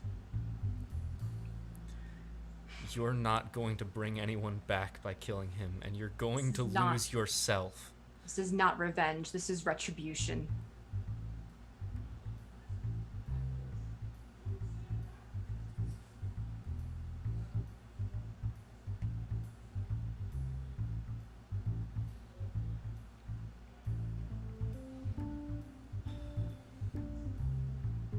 All right. I can't stop you. You shouldn't want to.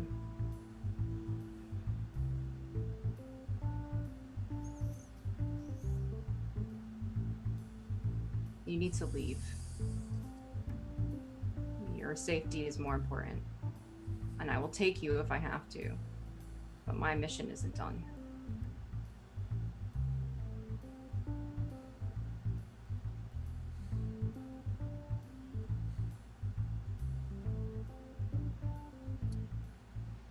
Gio, your phone rings.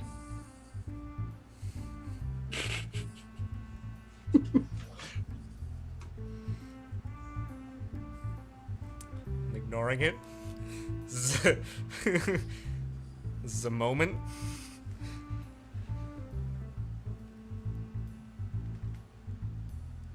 Though you might recognize it's not Derek's ringtone. Yeah, probably. What is Gio's ringtone? Rick Astley.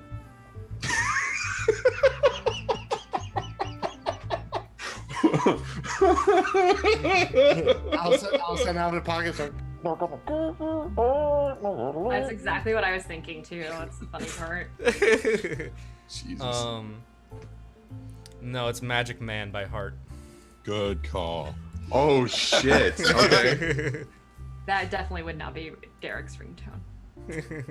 Okay. I think Morrigan's face kind of changes, her expression, as she listens and looks at you.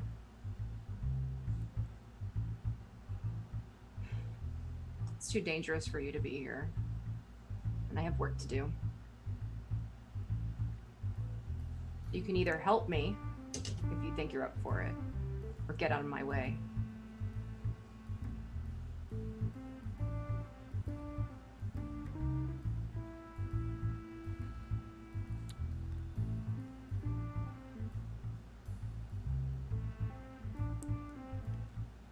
I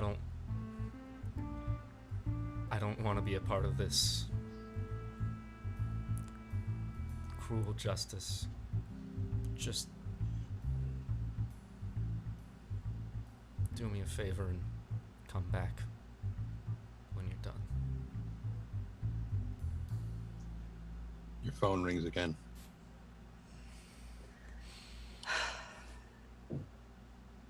Seems you're in demand. Who knows that you're awake?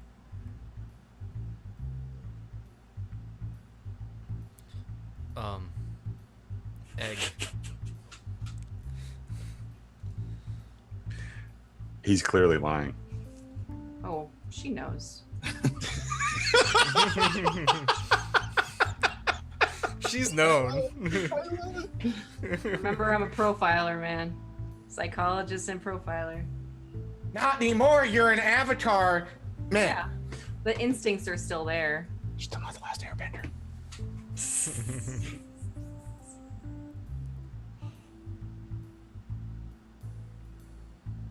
Why don't you pick that up?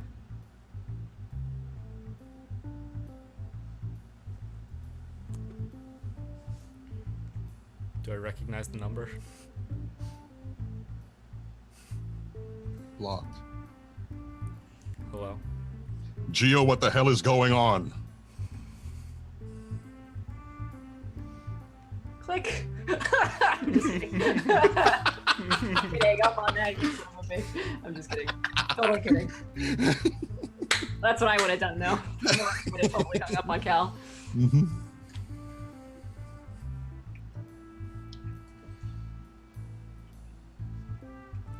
Killing Bad in the name timing. is what I'm listening to. Just one. Bad timing. This is the only timing, Geo. What is going on over there? I'll tell you what's going on. Nothing? Nothing's going on?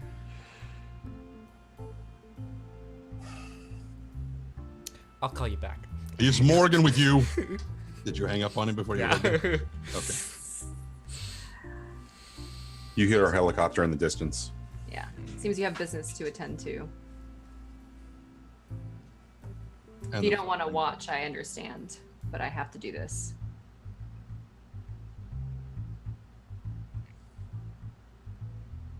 Go on. I can't stop you. Like I said. No, Geo, you can't. A text comes in on the phone. Basically saying, if Morgan's with you, tell her that if she doesn't stop, I will be forced to send Barton after her. There's a message from Cal. It says as you're walking away. And He says you might want to stop. fuck that guy. He'll send Barton. I don't know who that is. Man, I really thought you would. Cal hasn't talked to me in ages. Why are we having this discussion? I mean, Do you chairman want of to the fill me Walker in? 'Cause Foundation I'm about has to go some... rip that man's throat out, so last chance. I call Cal back. Thank you. You talk to her. Kidding me right now? What, Cal? Are you familiar with the name Barton Cannon? No, I'm not. Okay. I know that you're not going to believe this right away. But please understand that in my position and what I have learned, what I have essentially become, I understand more of what's going on than you probably realize. Where the fuck were you when I was looking for help then? For months. You are not really... You are in your way a creature of balance, but it is an older sense of balance than what exists now. For you, justice is a very different kind of thing than what most of these people have, but if you knew everything that was going on, and you knew the suffering that it would bring to the innocent if they were aware of everything that is going on around them, would you willfully make the innocent suffer? They don't have to suffer. It was long not as they're my in- question. The creature that you are, that you have become, would you make the innocent suffer? No. That is why I didn't respond. That is why I couldn't respond. There is a balance that must be maintained, and the only reason that I am talking to you now is you are about to fuck it up in a major way. If you Really? do this, Talk you about an innocent will person. What about harm Derek? innocent people, Morrigan. What about Derek? I've heard nothing from you. No help, no reason, no information. I don't trust you, Cal. Do you trust Egg? No, I don't. That's been a dead end too. And whoever he sent or put in contact with me is some kind of whatever the fuck that was, I don't know. Basilisk. Great. Awesome. Derek is dying. People here are dying because of unjust actions of other people that aren't innocent. You want me to watch that happen anymore? I can't. So either help me or get the fuck out of my way. Do you trust Derek? Derek is dying. I don't know how to trust somebody who can't speak to me. But you know him. You know him better than any of us. What would he think? What would he feel if you did harm? He'd sacrifice himself to stop me. Exactly. So if you don't trust me, that's fine. He's already dying. Either way, it's over. It is not over. So long as he still draws breath, it is not. Egg is on the right path. I will tell you that. This. Yeah? And he's going to be himself when he comes back, if he comes back? Will you? I put that away a long time ago when I lost everything. Derek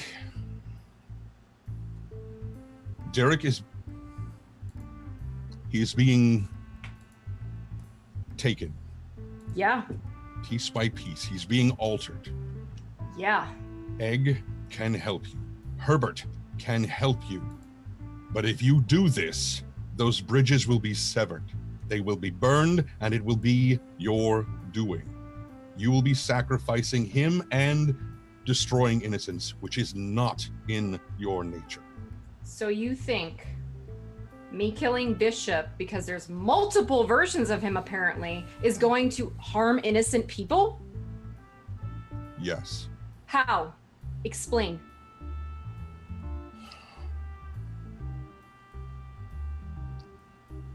Bishop has more innocence than he has told you, obviously. Of course he does. And the more you act, the more visible you become. There are forces at play which struggle against people like us to protect the people who cannot handle knowing who and what we are. And the more you act, the more you will expose. The more you expose, the stronger those forces must act to prevent people from becoming aware of what is going on. And that will, I promise you, kill innocence. And it will be by your hand.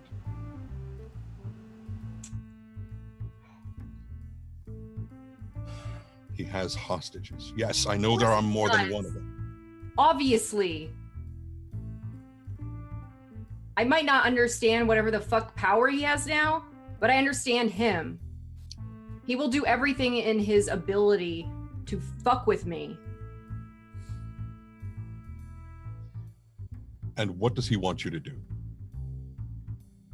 Presently. At this point, he wants to have fun with me. So whatever that means to him, it could be a variety of things. Like me killing him over and over again could, I don't know, scratch an itch that he has. But And frankly, what? What are you about to go do then? I'm just going to go rip out one of the jugulars and then go to the other one. Exactly into his hand. You don't want to play his game? Then don't play his game. You don't understand. Oh, I wish I didn't. No, you don't.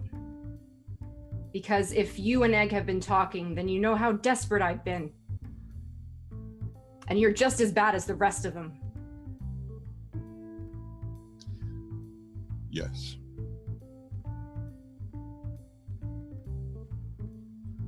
Not because I want to be. I have to be. You don't have to do anything. You always To have a choice. save innocence in this city, I do.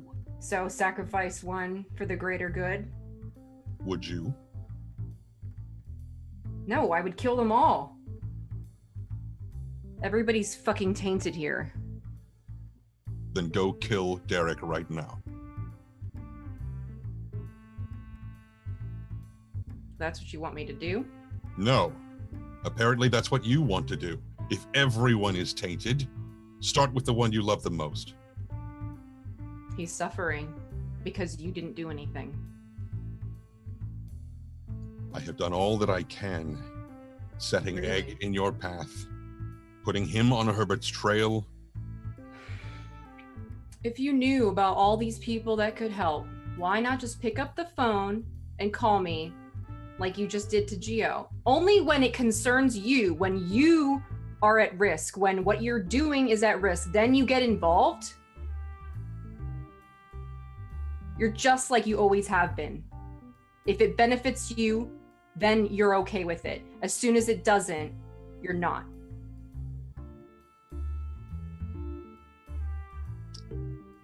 We are both creatures of balance. My balance is slightly different than yours, but it is still balance.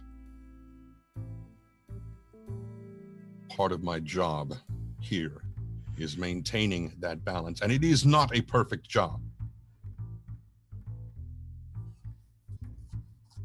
But this whole Why haven't they done anything about Bishop then? Why haven't you acted? You let it get out of control. How long have you known about him?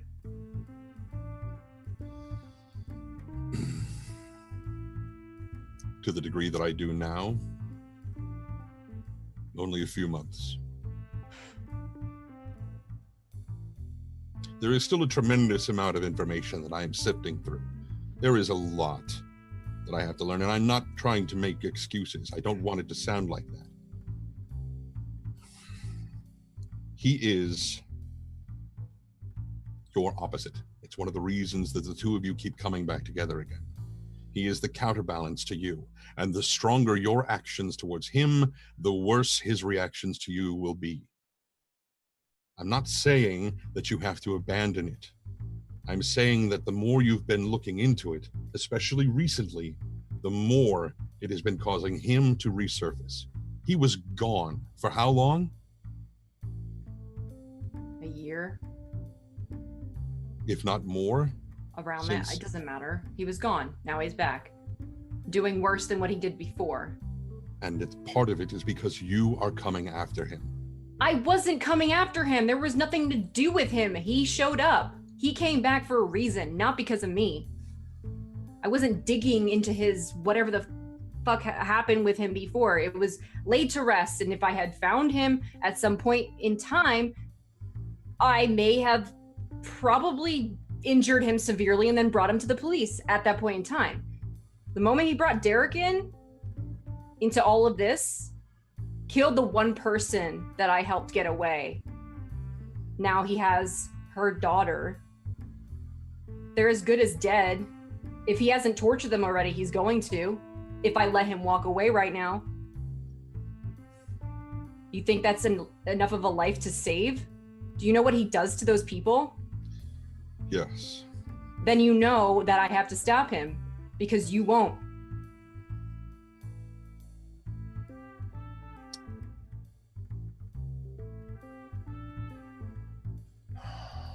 Have you given up on Derek?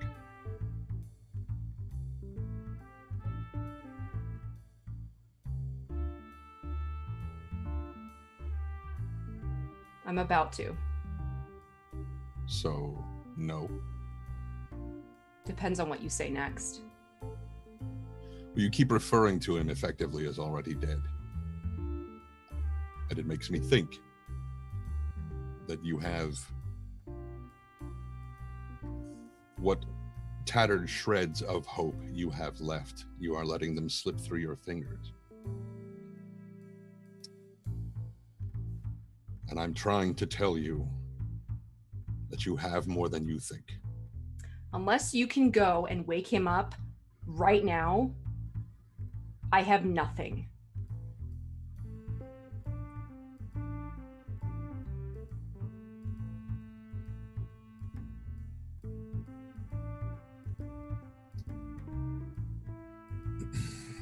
I had mentioned the name Barton Cannon. He is another someone like us. And in recent weeks, given the way things have been going, I was forced to come to an agreement with him.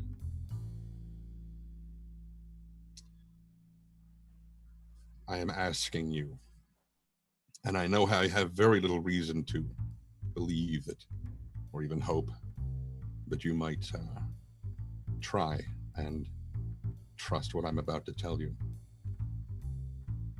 But Egg will make that happen. I just need you to hold on a little bit longer. And if you know anything of me from the time that we worked together, I do not make idle threats. But because of the situation, if you do not hold out hope, if you do not hang on a bit longer, if you go after the butchers, it will disturb the balance enough that I will be forced to send Barton Cannon and his army after you. And they are significant. They are very much like us. And they will find you. And I don't want to have to do that. We may be distant friends, but I still count us as friends, even if you may not right now. But I swear to you, Egg will make that happen. He will wake Derek up. When? I don't cannot need idle promises, Cal. It is not an idle promise. When have I... You have the ability. One of your special little talents is to know when someone is lying to you. Am I lying to you? I think you believe that you can help me. Whether you can is another story. So there is hope. Hope. It's a ridiculous word. And yet there is beauty in it. It may simply be a word to you right now, but the essence of what it is can change the balance of a war.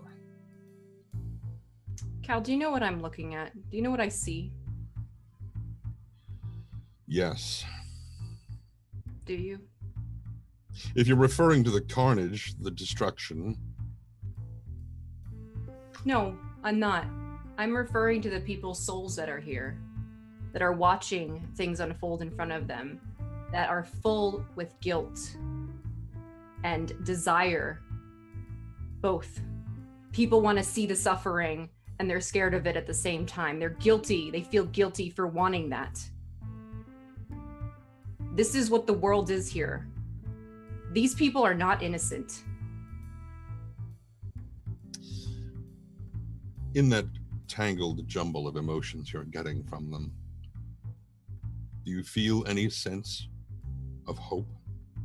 Do they... Right now? No. Dig deeper. Do you see any dream of things getting better? Even if it's only them possibly getting out of this, escaping from this chaos, to get back to people they love. Some semblance of hope of things getting better. Sure. There's one guy over there. He wants to shove the other person in front of him so he can get away. Is that the same thing? The instinct for self-preservation is fairly strong. I'm sure you have it as well. Even if I am gone, there will be somebody else to take my place. Oh, absolutely. This isn't the first time you've done this. By that I mean lived as one of the little people. It's not the first time I've done it. We've all gone around this carousel several times.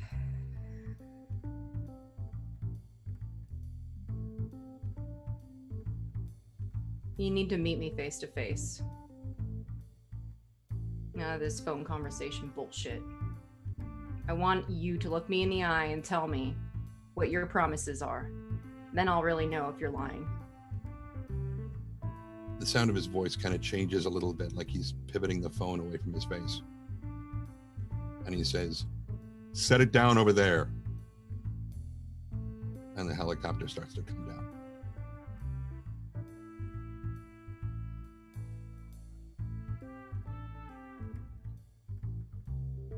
Is he getting out of a helicopter right now? Mm-hmm. Because Okay. Johnny mentioned that there was helicopters. Yeah. No, I remember that.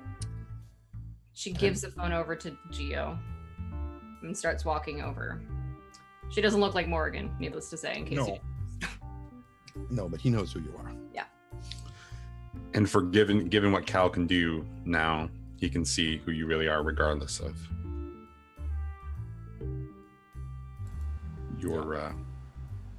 your physical form. Geo He for kinda- looks like Geo. I was gonna say he glances over at Derek. There's a bit of a double take, and Nice trick, huh? All right. I'm here. Yeah, you are.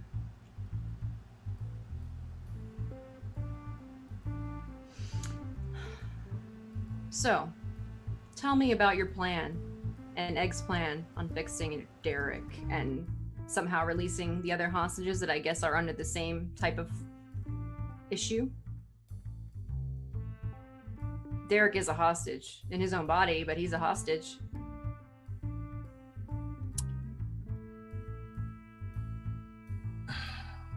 Given what you've seen this evening, you probably have some inkling of Mr. Harding's abilities.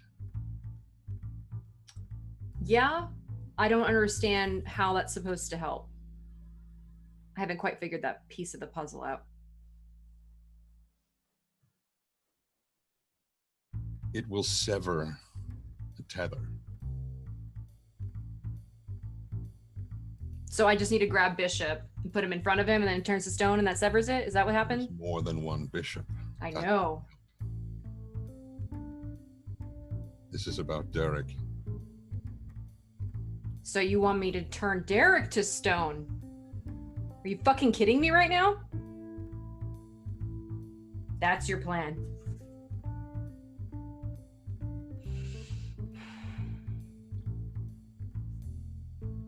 Egg was stone for a very long time.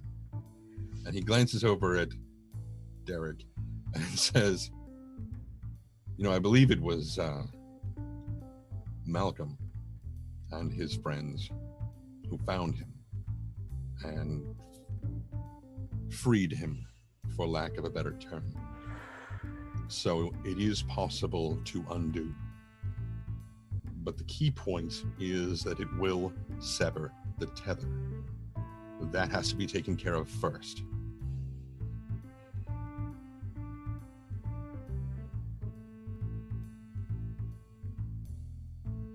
Of course you would come up with this ridiculous fucking idea. It actually wasn't my idea. Was it Egg's idea? He was the one who spent his time as stone for quite a while. So this whole time, him previously being stone for months, we could have done this.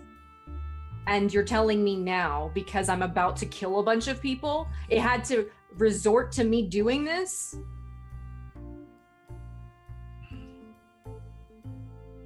There have been actions set in motion, started to some degree with you killing someone we had set free. Who? A gang member. Oh, for fuck's sake. Jesus Christ, are you kidding me? It was a domino in a series, Oh. and it was part of a cascade that started. Every action has consequences. Of and course it further. does. You're telling me killing a game member brought Bishop back. Really? No, I'm telling you it was a step along the path. Yes, that's like saying every step you take has consequence. Obviously, I step over here on a pebble, it goes rolling over there, hits another pebble, and then something else happens and a bird dies. Okay, that makes perfect sense. Good. I'm glad to hear that you understand, though I'm certain you're being sarcastic. The point is, I just lost the point. Fuck.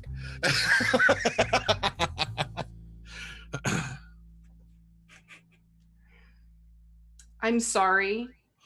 that I killed somebody that you felt bad and guilty for threatening. That did not cause Bishop to continue acting the way he did before in a No. more monstrous way. No, it set you on a different path. It had nothing to do with Bishop. It was all about you, your actions, the cascade of your path altered As- because of that. As somebody who really understands the way of fate and time, this would have happened anyway. Whether it was from me or a future or whatever, it would have happened anyway. True. Yeah. But it didn't. It happened this way. And that is why I am now here. I couldn't get involved before because just as these poor people are slaves to the forces that try to help them, so am I. There is only so much action that I can take before the powers that be. It's not like a group of people. It's really difficult to explain. And if you did understand it, we wouldn't be having this conversation. The point is, I am equally as bound by those forces. If I had tried to act any earlier, it would have made things worse. Could I have helped you wake him up? Absolutely. But the result would have been far worse than what we're seeing right now. I do not even remotely relish what I have been forced by circumstance and, to some extent, fate to do. The actions that I could have taken that would have saved countless people's misery, that I was forced to hold back.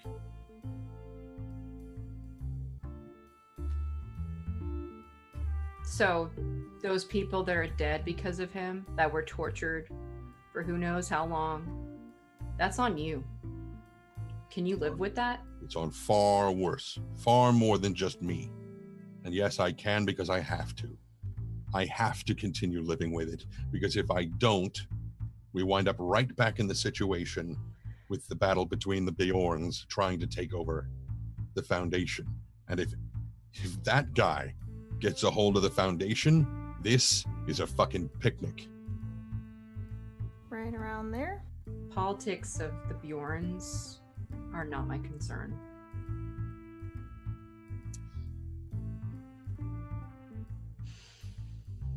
The creature that you have become now, you are as you were in time immemorial ago, in your purest form, correct? Sure. Now, there are many others of us in and Yeah. around the city, and if you took all of that power and combined it all into a single being, it would not even begin to think of dreaming of touching a minute fraction of the power that controls or tries to keep people safe by cloaking who we are, what we do. If you Okay. knew what I know, having taken over the Foundation, every horrible thing you've ever done, yes, you would still bear every bit of guilt. But you would know that you had to do it, that you had no choice because you would have made it worse. And I have to live with that guilt as well.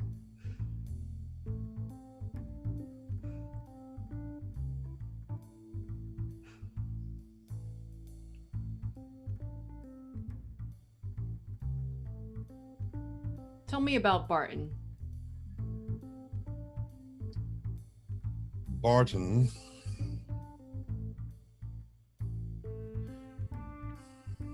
is the distillation of violence. He is all of the worst aspects of military action, war, chaos. He is a creature that is designed, that makes it sound, well, his entire purpose, his entire function is to sow the seeds of violence, conflict, to generate and maintain as much chaos as he possibly can. He, to probably push an aphorism too far, came up through the ranks much as we did, where at one point he was an average person living his everyday life, and slowly something in him awakened, and more of who and what he is came to the surface, until every ounce of whatever humanity he had was squeezed out, and all that was left was this entity of chaos and violence. And he has attained no small modicum of power, much like Mr. Vitalis, Mr. Gallows. So because they're powerful, they can do what the fuck they want? No. Okay. They try. But there are forces which act against them to try to balance it out. So why would he come after me? Because if you do this, you give me no choice but to send him after you. I don't want to at all. But there is a balance that must be maintained.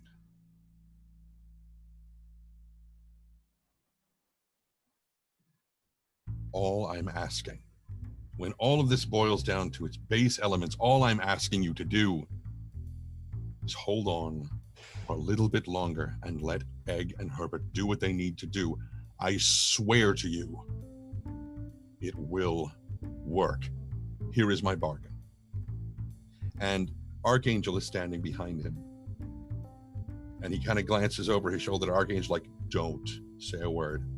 And he looks back and says, you feel all of the guilt that I have over all of the shit that I've had to let happen. So if what happens with Derek doesn't work, you can take me first. You're gonna bargain your life here? What choice do I have? I don't want to send these people after you, Morrigan. Like I said, you're a friend of mine. It may not seem like it sometimes, but that is the case. And yes, will I sacrifice myself? Yeah, I will. I've already done it once to take over the Foundation. Because the other option, I couldn't let that happen.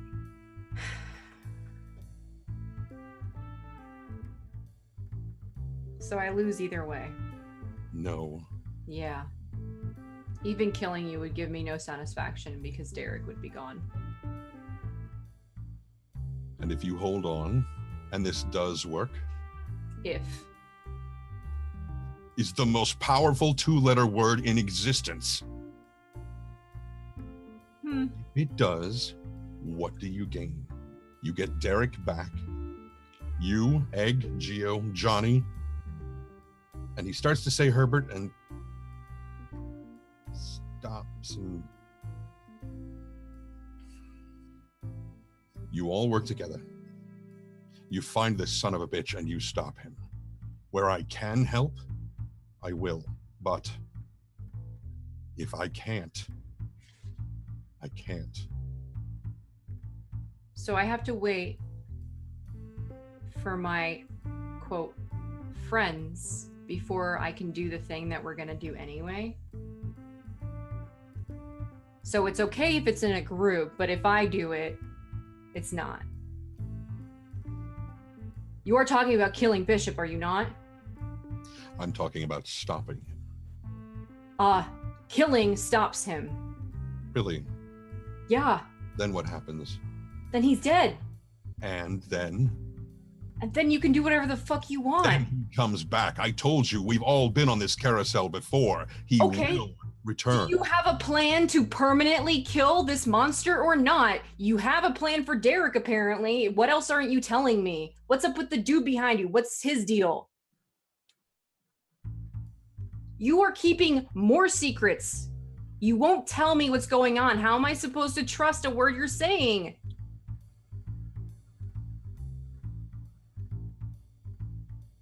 Do you have any idea what I have done to try to keep Geo safe? And that's probably going to go to shit anyway. Probably feels about the same as the things that I've had to do to try to keep you guys safe, honestly. Geo's going to get killed one way or another, just a matter of time.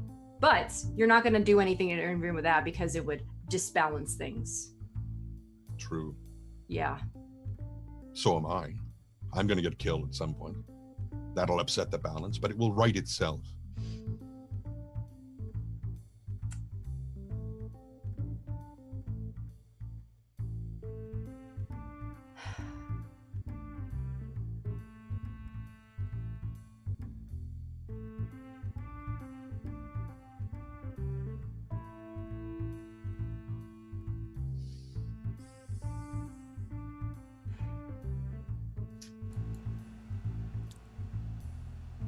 I'm sorry for lying to you, Morrigan.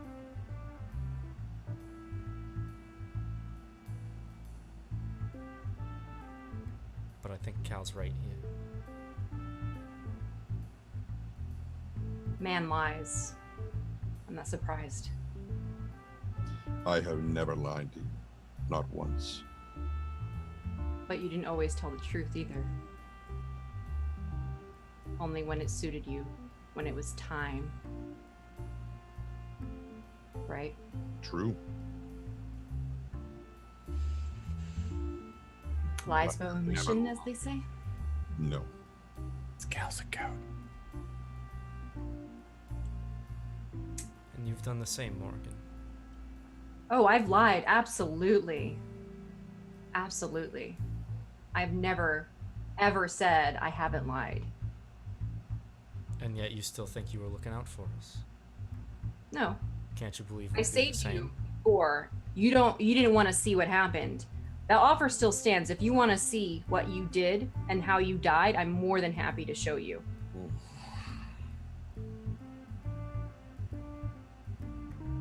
That's up to you. I'm sorry. What are you sorry for? I wanted to keep you alive. I saw what I was capable of, and I'm capable of dealing with Bishop.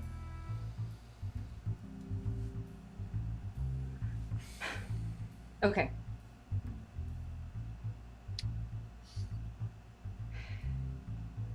Whatever is left of my humanity wants to be there again. However, there's a lot more pushing me away from it. That's as much as I can acknowledge right now. I recognize that.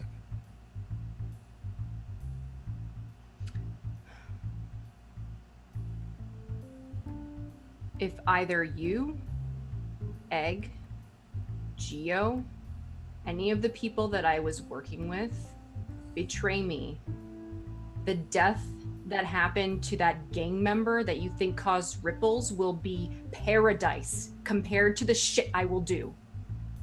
And it won't be to you only. It'll be to the people that you care about, the people that you've been looking after.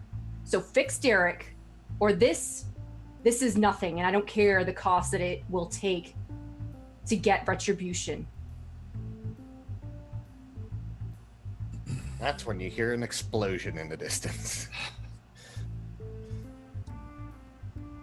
Well,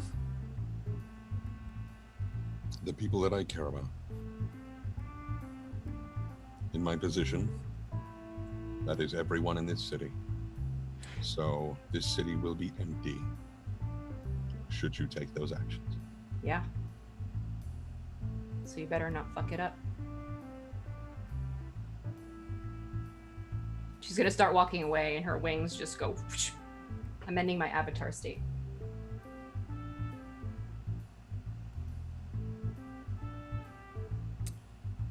Shit, Cal.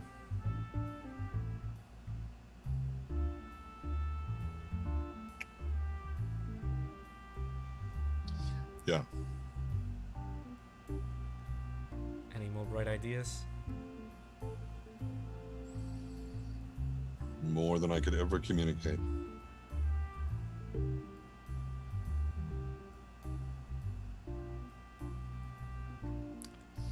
while I have you. Sir, we need to go. So. Fucking Christ. Am I crazy, Cal? That is a very open-ended question, Gio. You know what's been happening, right? Of course I do. It's part of the curse of doing what I do now.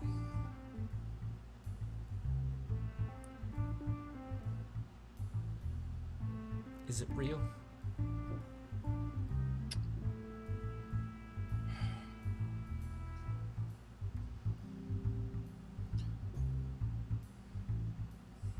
You are not gonna like hearing this.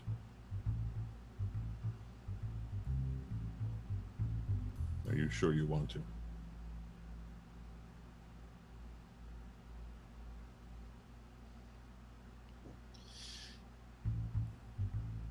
Naomi being back is because of Morrigan. You need to talk to her. And the only other two things that I can tell you right now, that you need to be very careful. And I'm sorry. And he gets on the helicopter. Your friends are very fucked up, sir.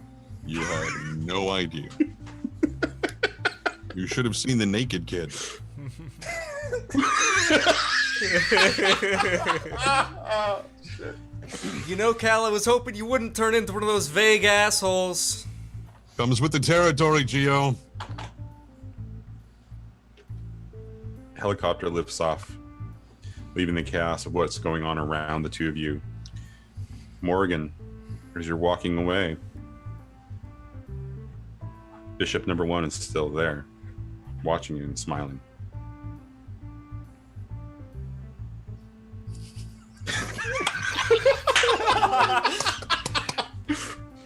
Morrigan has become so punk rock, it's awesome. Oh, I love it. What does Gio do in this particular situation as he sees Morrigan flipping Bishop off and walking away?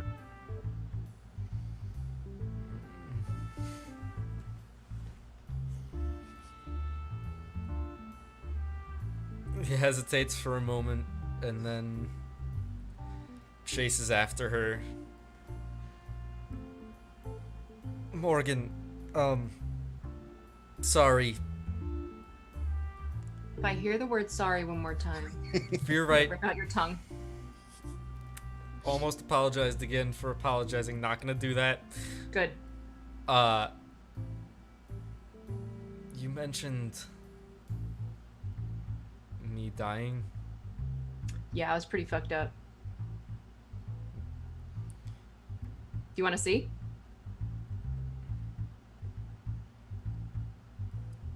That is a complicated question. I know. Most people would say no. But you're not most people, Gio. Clearly, because you had the balls to go in front of me like that, I could have killed you.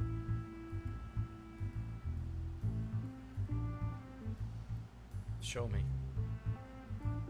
Okay. We should go to my car, though. Because explosions. Let's go. At that point, you would notice that you have a message from Johnny.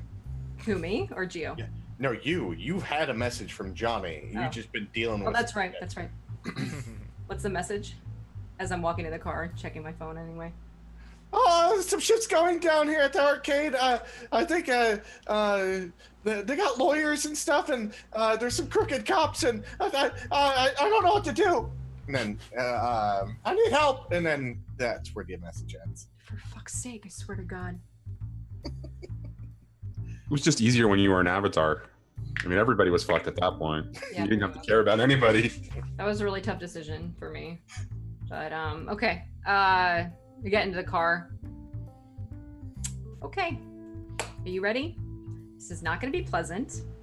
Try not to strangle me in the process, because I will try to kill you back. Okay? Great. Glad we have an Puts his agreement. hands behind his back. Look. No touch. And her eyes just go white. And you get, like, as soon as you blink, you see all of the events that transpired when we went to that valley and when we went to the edge and you kept going and you got pulled into this hell cavern and you're falling down. You can feel, it's almost like you're reliving it. You can feel the heat from the fires below and all of the dry air and like your breath being sucked away as you're being brought to this place. And then you saw Naomi and you experienced her transformation. And towards the end of this experience, you see me, Morrigan, come down behind her, literally rip her spine out and drop it to the floor as she collapses. And then the cavern starting to collapse around you, and then your final death being crushed. Great. That's a summary. There was little bits of more than Yeah, go watch the episode. Do I only see my own memories of it, or do I get some of Morgan's perspective too? You probably get snippets of my memory, but very vague, like almost like flashes, like critical moments of decision for Morgan, probably. Okay. What about that ending scene where it was like you looking at the translucent versions or the opaque versions of us acting out as we walked away? Would you see that? I don't think so, because that's past his death. Okay.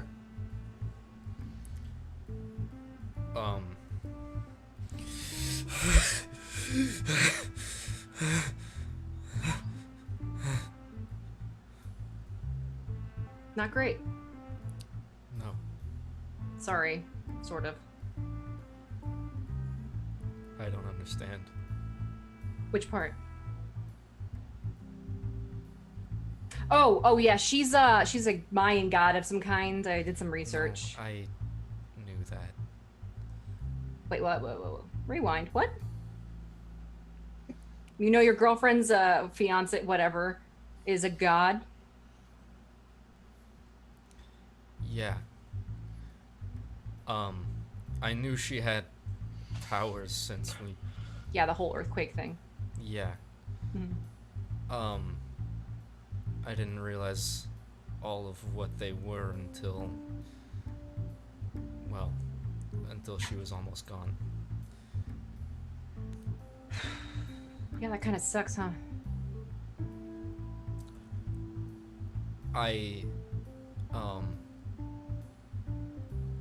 We thought that maybe by bringing out some of her powers that we could save her, that she wouldn't be taken by cancer. Mm-hmm.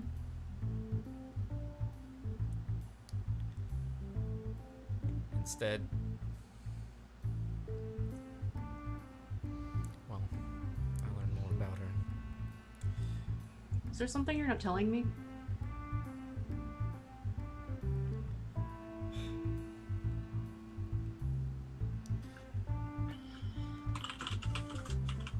She's back again, Morrigan.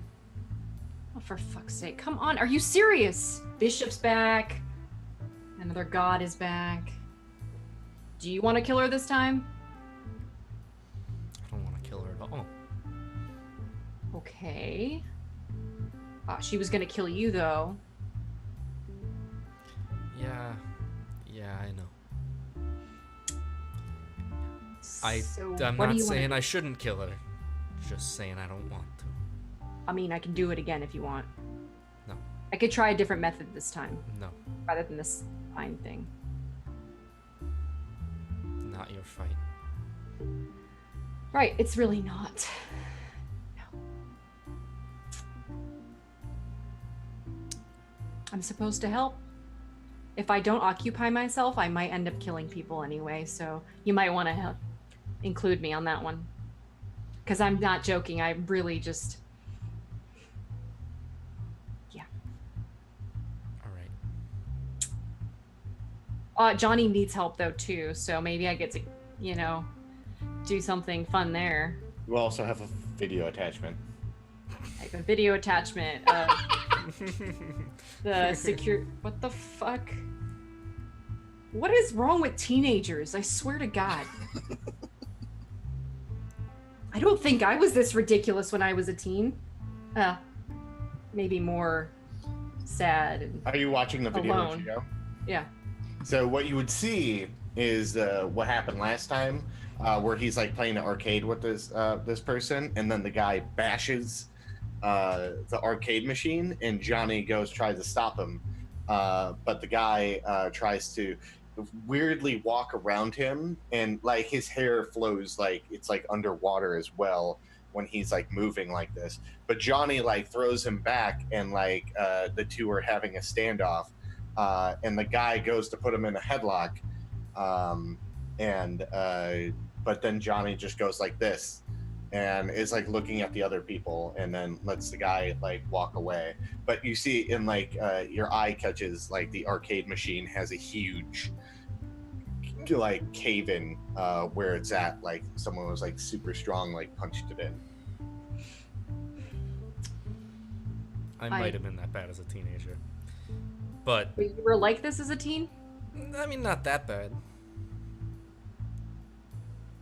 Why are men such a pain in the fucking ass? Jesus. Hey, What?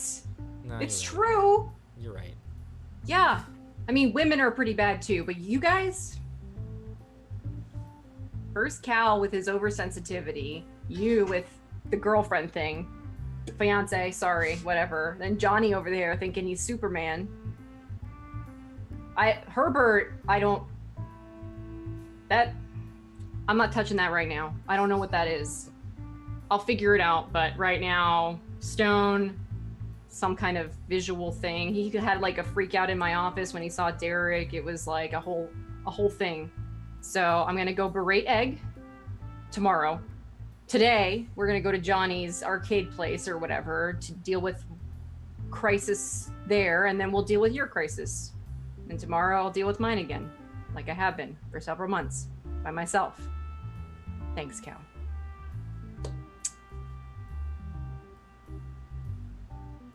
Anything you need? Are you hungry? Because I'm actually kind of starving. That whole thing kind of took a lot out of me. No. I ate. Okay, great. So, fuck off this place. I don't know how many people are dead, but it's a lot. So, I'm not a mortician. You can ask a mortician. There's a mortician on another show, actually. Yeah. Yeah. I'll let them deal with the dead bodies. She's a little Detectives busy, are though. probably dead anyway. Evidence is gone. Bishop's over there. Bishop's also over there. He's probably laughing to himself at how he had a victory. Or hopefully he's crying because I didn't fight him. Wishful thinking. Let's go. As the car begins to accelerate away, you see Bishop 2 wave at you and smile from the van as you move along. You flip on the radio, and the news reports are talking about two things. One, the explosion in Tinseltown, taking an uncountable number of lives, including that of Detective Catherine Devereaux has been identified as one of the people that was inside of the building at the time of the explosion. And the reporter kind of goes on and on about the graphic nature of the explosion and what's happening, as a second news report comes in of a weird sighting of some sort of creature described as a large alligator making its way into the bay, carrying something white. Cool. And that's where we're going to end it. Yeah. Herbert's over there making an aquarium decoration Whoa. for himself. Whoa! Whoa, Where's my explosion? Fuck you. You just want to You're be in on the blue collar. news? You're in the blue collar neighborhood. Nobody pays attention there. Dino Yeah. firecracker? Someone's firing an RPG off every other weekend there, Yeah, all right? That's just a Tuesday, all right? Anyways, wonderful episode, everyone. Fucking hell. God, everything is awful. I mean, it could be worse, but everything's awful. It could be a lot worse, though. Everything's dead when Morrigan goes Avatar. Morrigan could have killed everything, so good that she didn't. We talked it out. Eventually, mostly.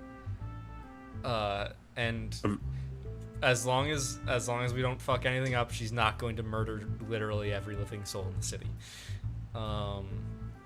So there's that. You realize that that's not the only time she's going to go Avatar, right?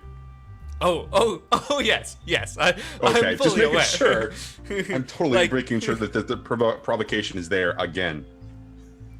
Yeah, no, it's gonna be bad. It's gonna be worse. And it took me using a not holding back to stop it the last time from killing a bunch of people. So I don't have that many of those left. But yeah, let's go around to the cast and get what they thought about the episode and where we can find them online, starting with the murder crow herself, Morrigan. I didn't get to murder anybody actually, so It's true. That's You had every opportunity though. I know. I really had to think about it a long time. And if Cal hadn't showed up, probably would have. So yeah. I have a lot of feelings right now. I have a lot of emotions right now about a lot of different things. You're welcome. No, it's good. It's I'm not saying that in a negative way at all. I think it's definitely very good.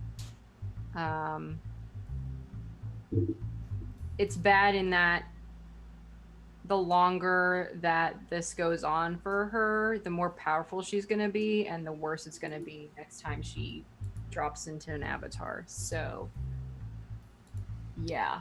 Looking forward to it. That's way scarier than what would have happened today, I think.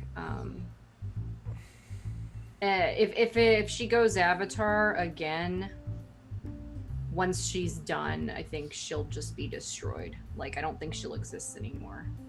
So, just as a thought. Oh, God. Okay, yeah. So, Metamancer, I have a lot of things to think about me. But Metamancer, you can find me on Twitch and on Twitter as the Metamancer. I do tabletop and roleplay all the time. That's all I do. So I'm constantly either causing drama as the GM or being this, the receiver of drama. So yeah. Hope you enjoyed my crazy RP. We did. I did. Yes. I'm not gonna speak for Absolutely. everyone else. Very much so. I had to think about really sad things that also pissed me off, and I was like, okay, here we go. I got it. Puppies dying. If someone kicked Rocket. I actually was thinking about my family members being killed by somebody, so Oh. Yeah. That is sad and angering. Sorry, not sorry, Luke. I don't matter. Yeah, that's just like a feeling of pure elation. Relief, mostly. All right, let's go over to Trendane, who played 2 characters today. Sort of. I mean, Herbert really didn't have that much going on, so I mean, he rocked out. he made himself a snack and took off. That's all he did, really. Just kind of what he does. that.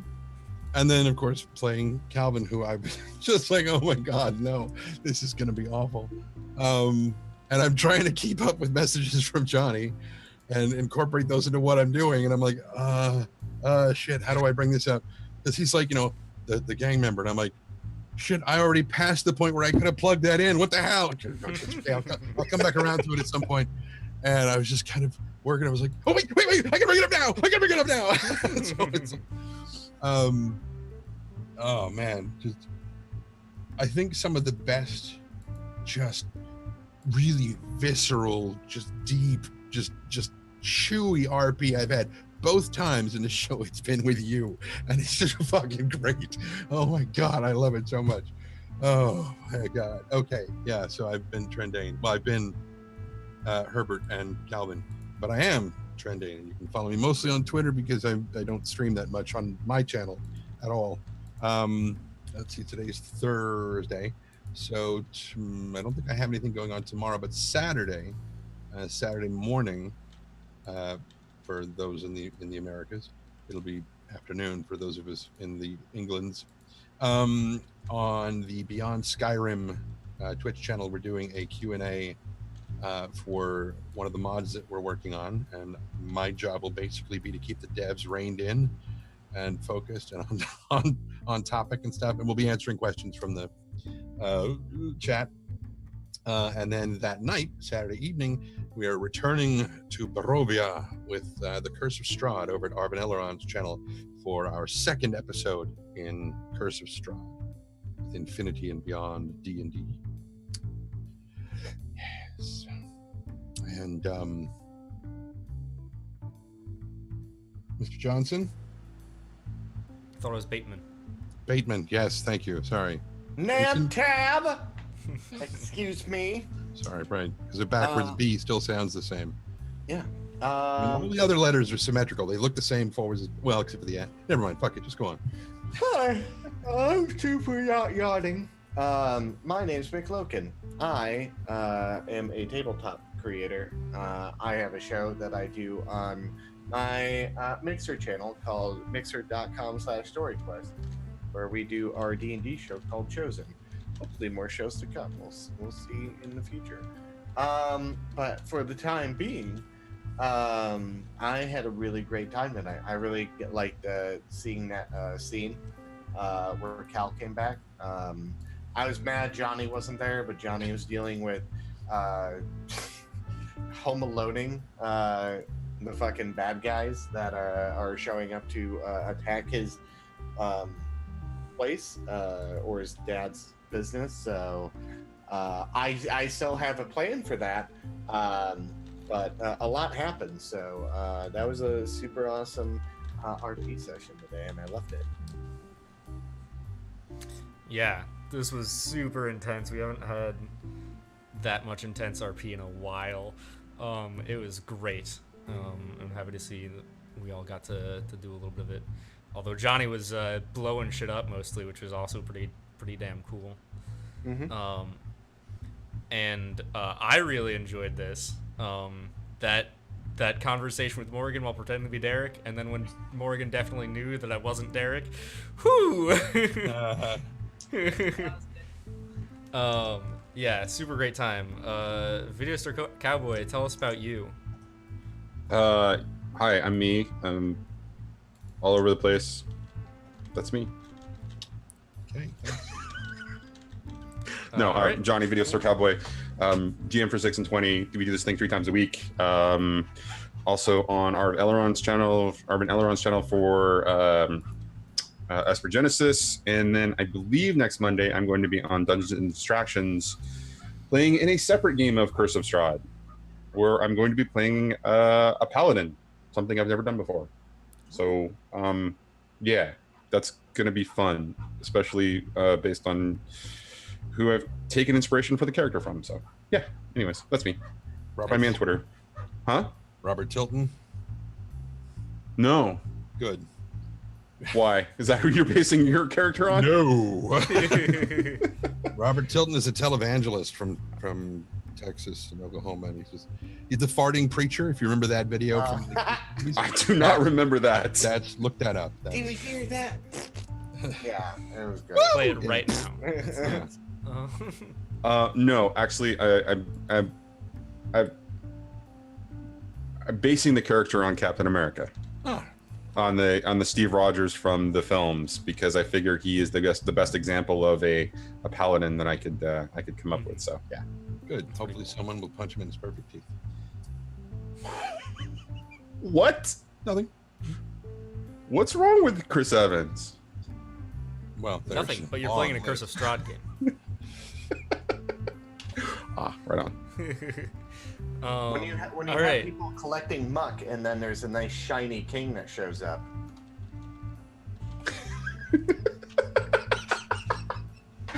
No, Chumley, no. Anyways, That scene with That's the me. helicopter would have been a lot different. Just Or that's what I quit. where he's I like, quit. Oh my god. Yeah. All right. Fart jokes. Anyways, as for me, I am Speedy. You can find me online everywhere at NotSoSpeedRuns. I play other games sometimes. You can catch me on Mondays over on the Bubbernauts channel playing Shadowrun, Nothing Personal, which has been super fun time, and you should absolutely go check that show out. You can the Twitter link is right there in chat.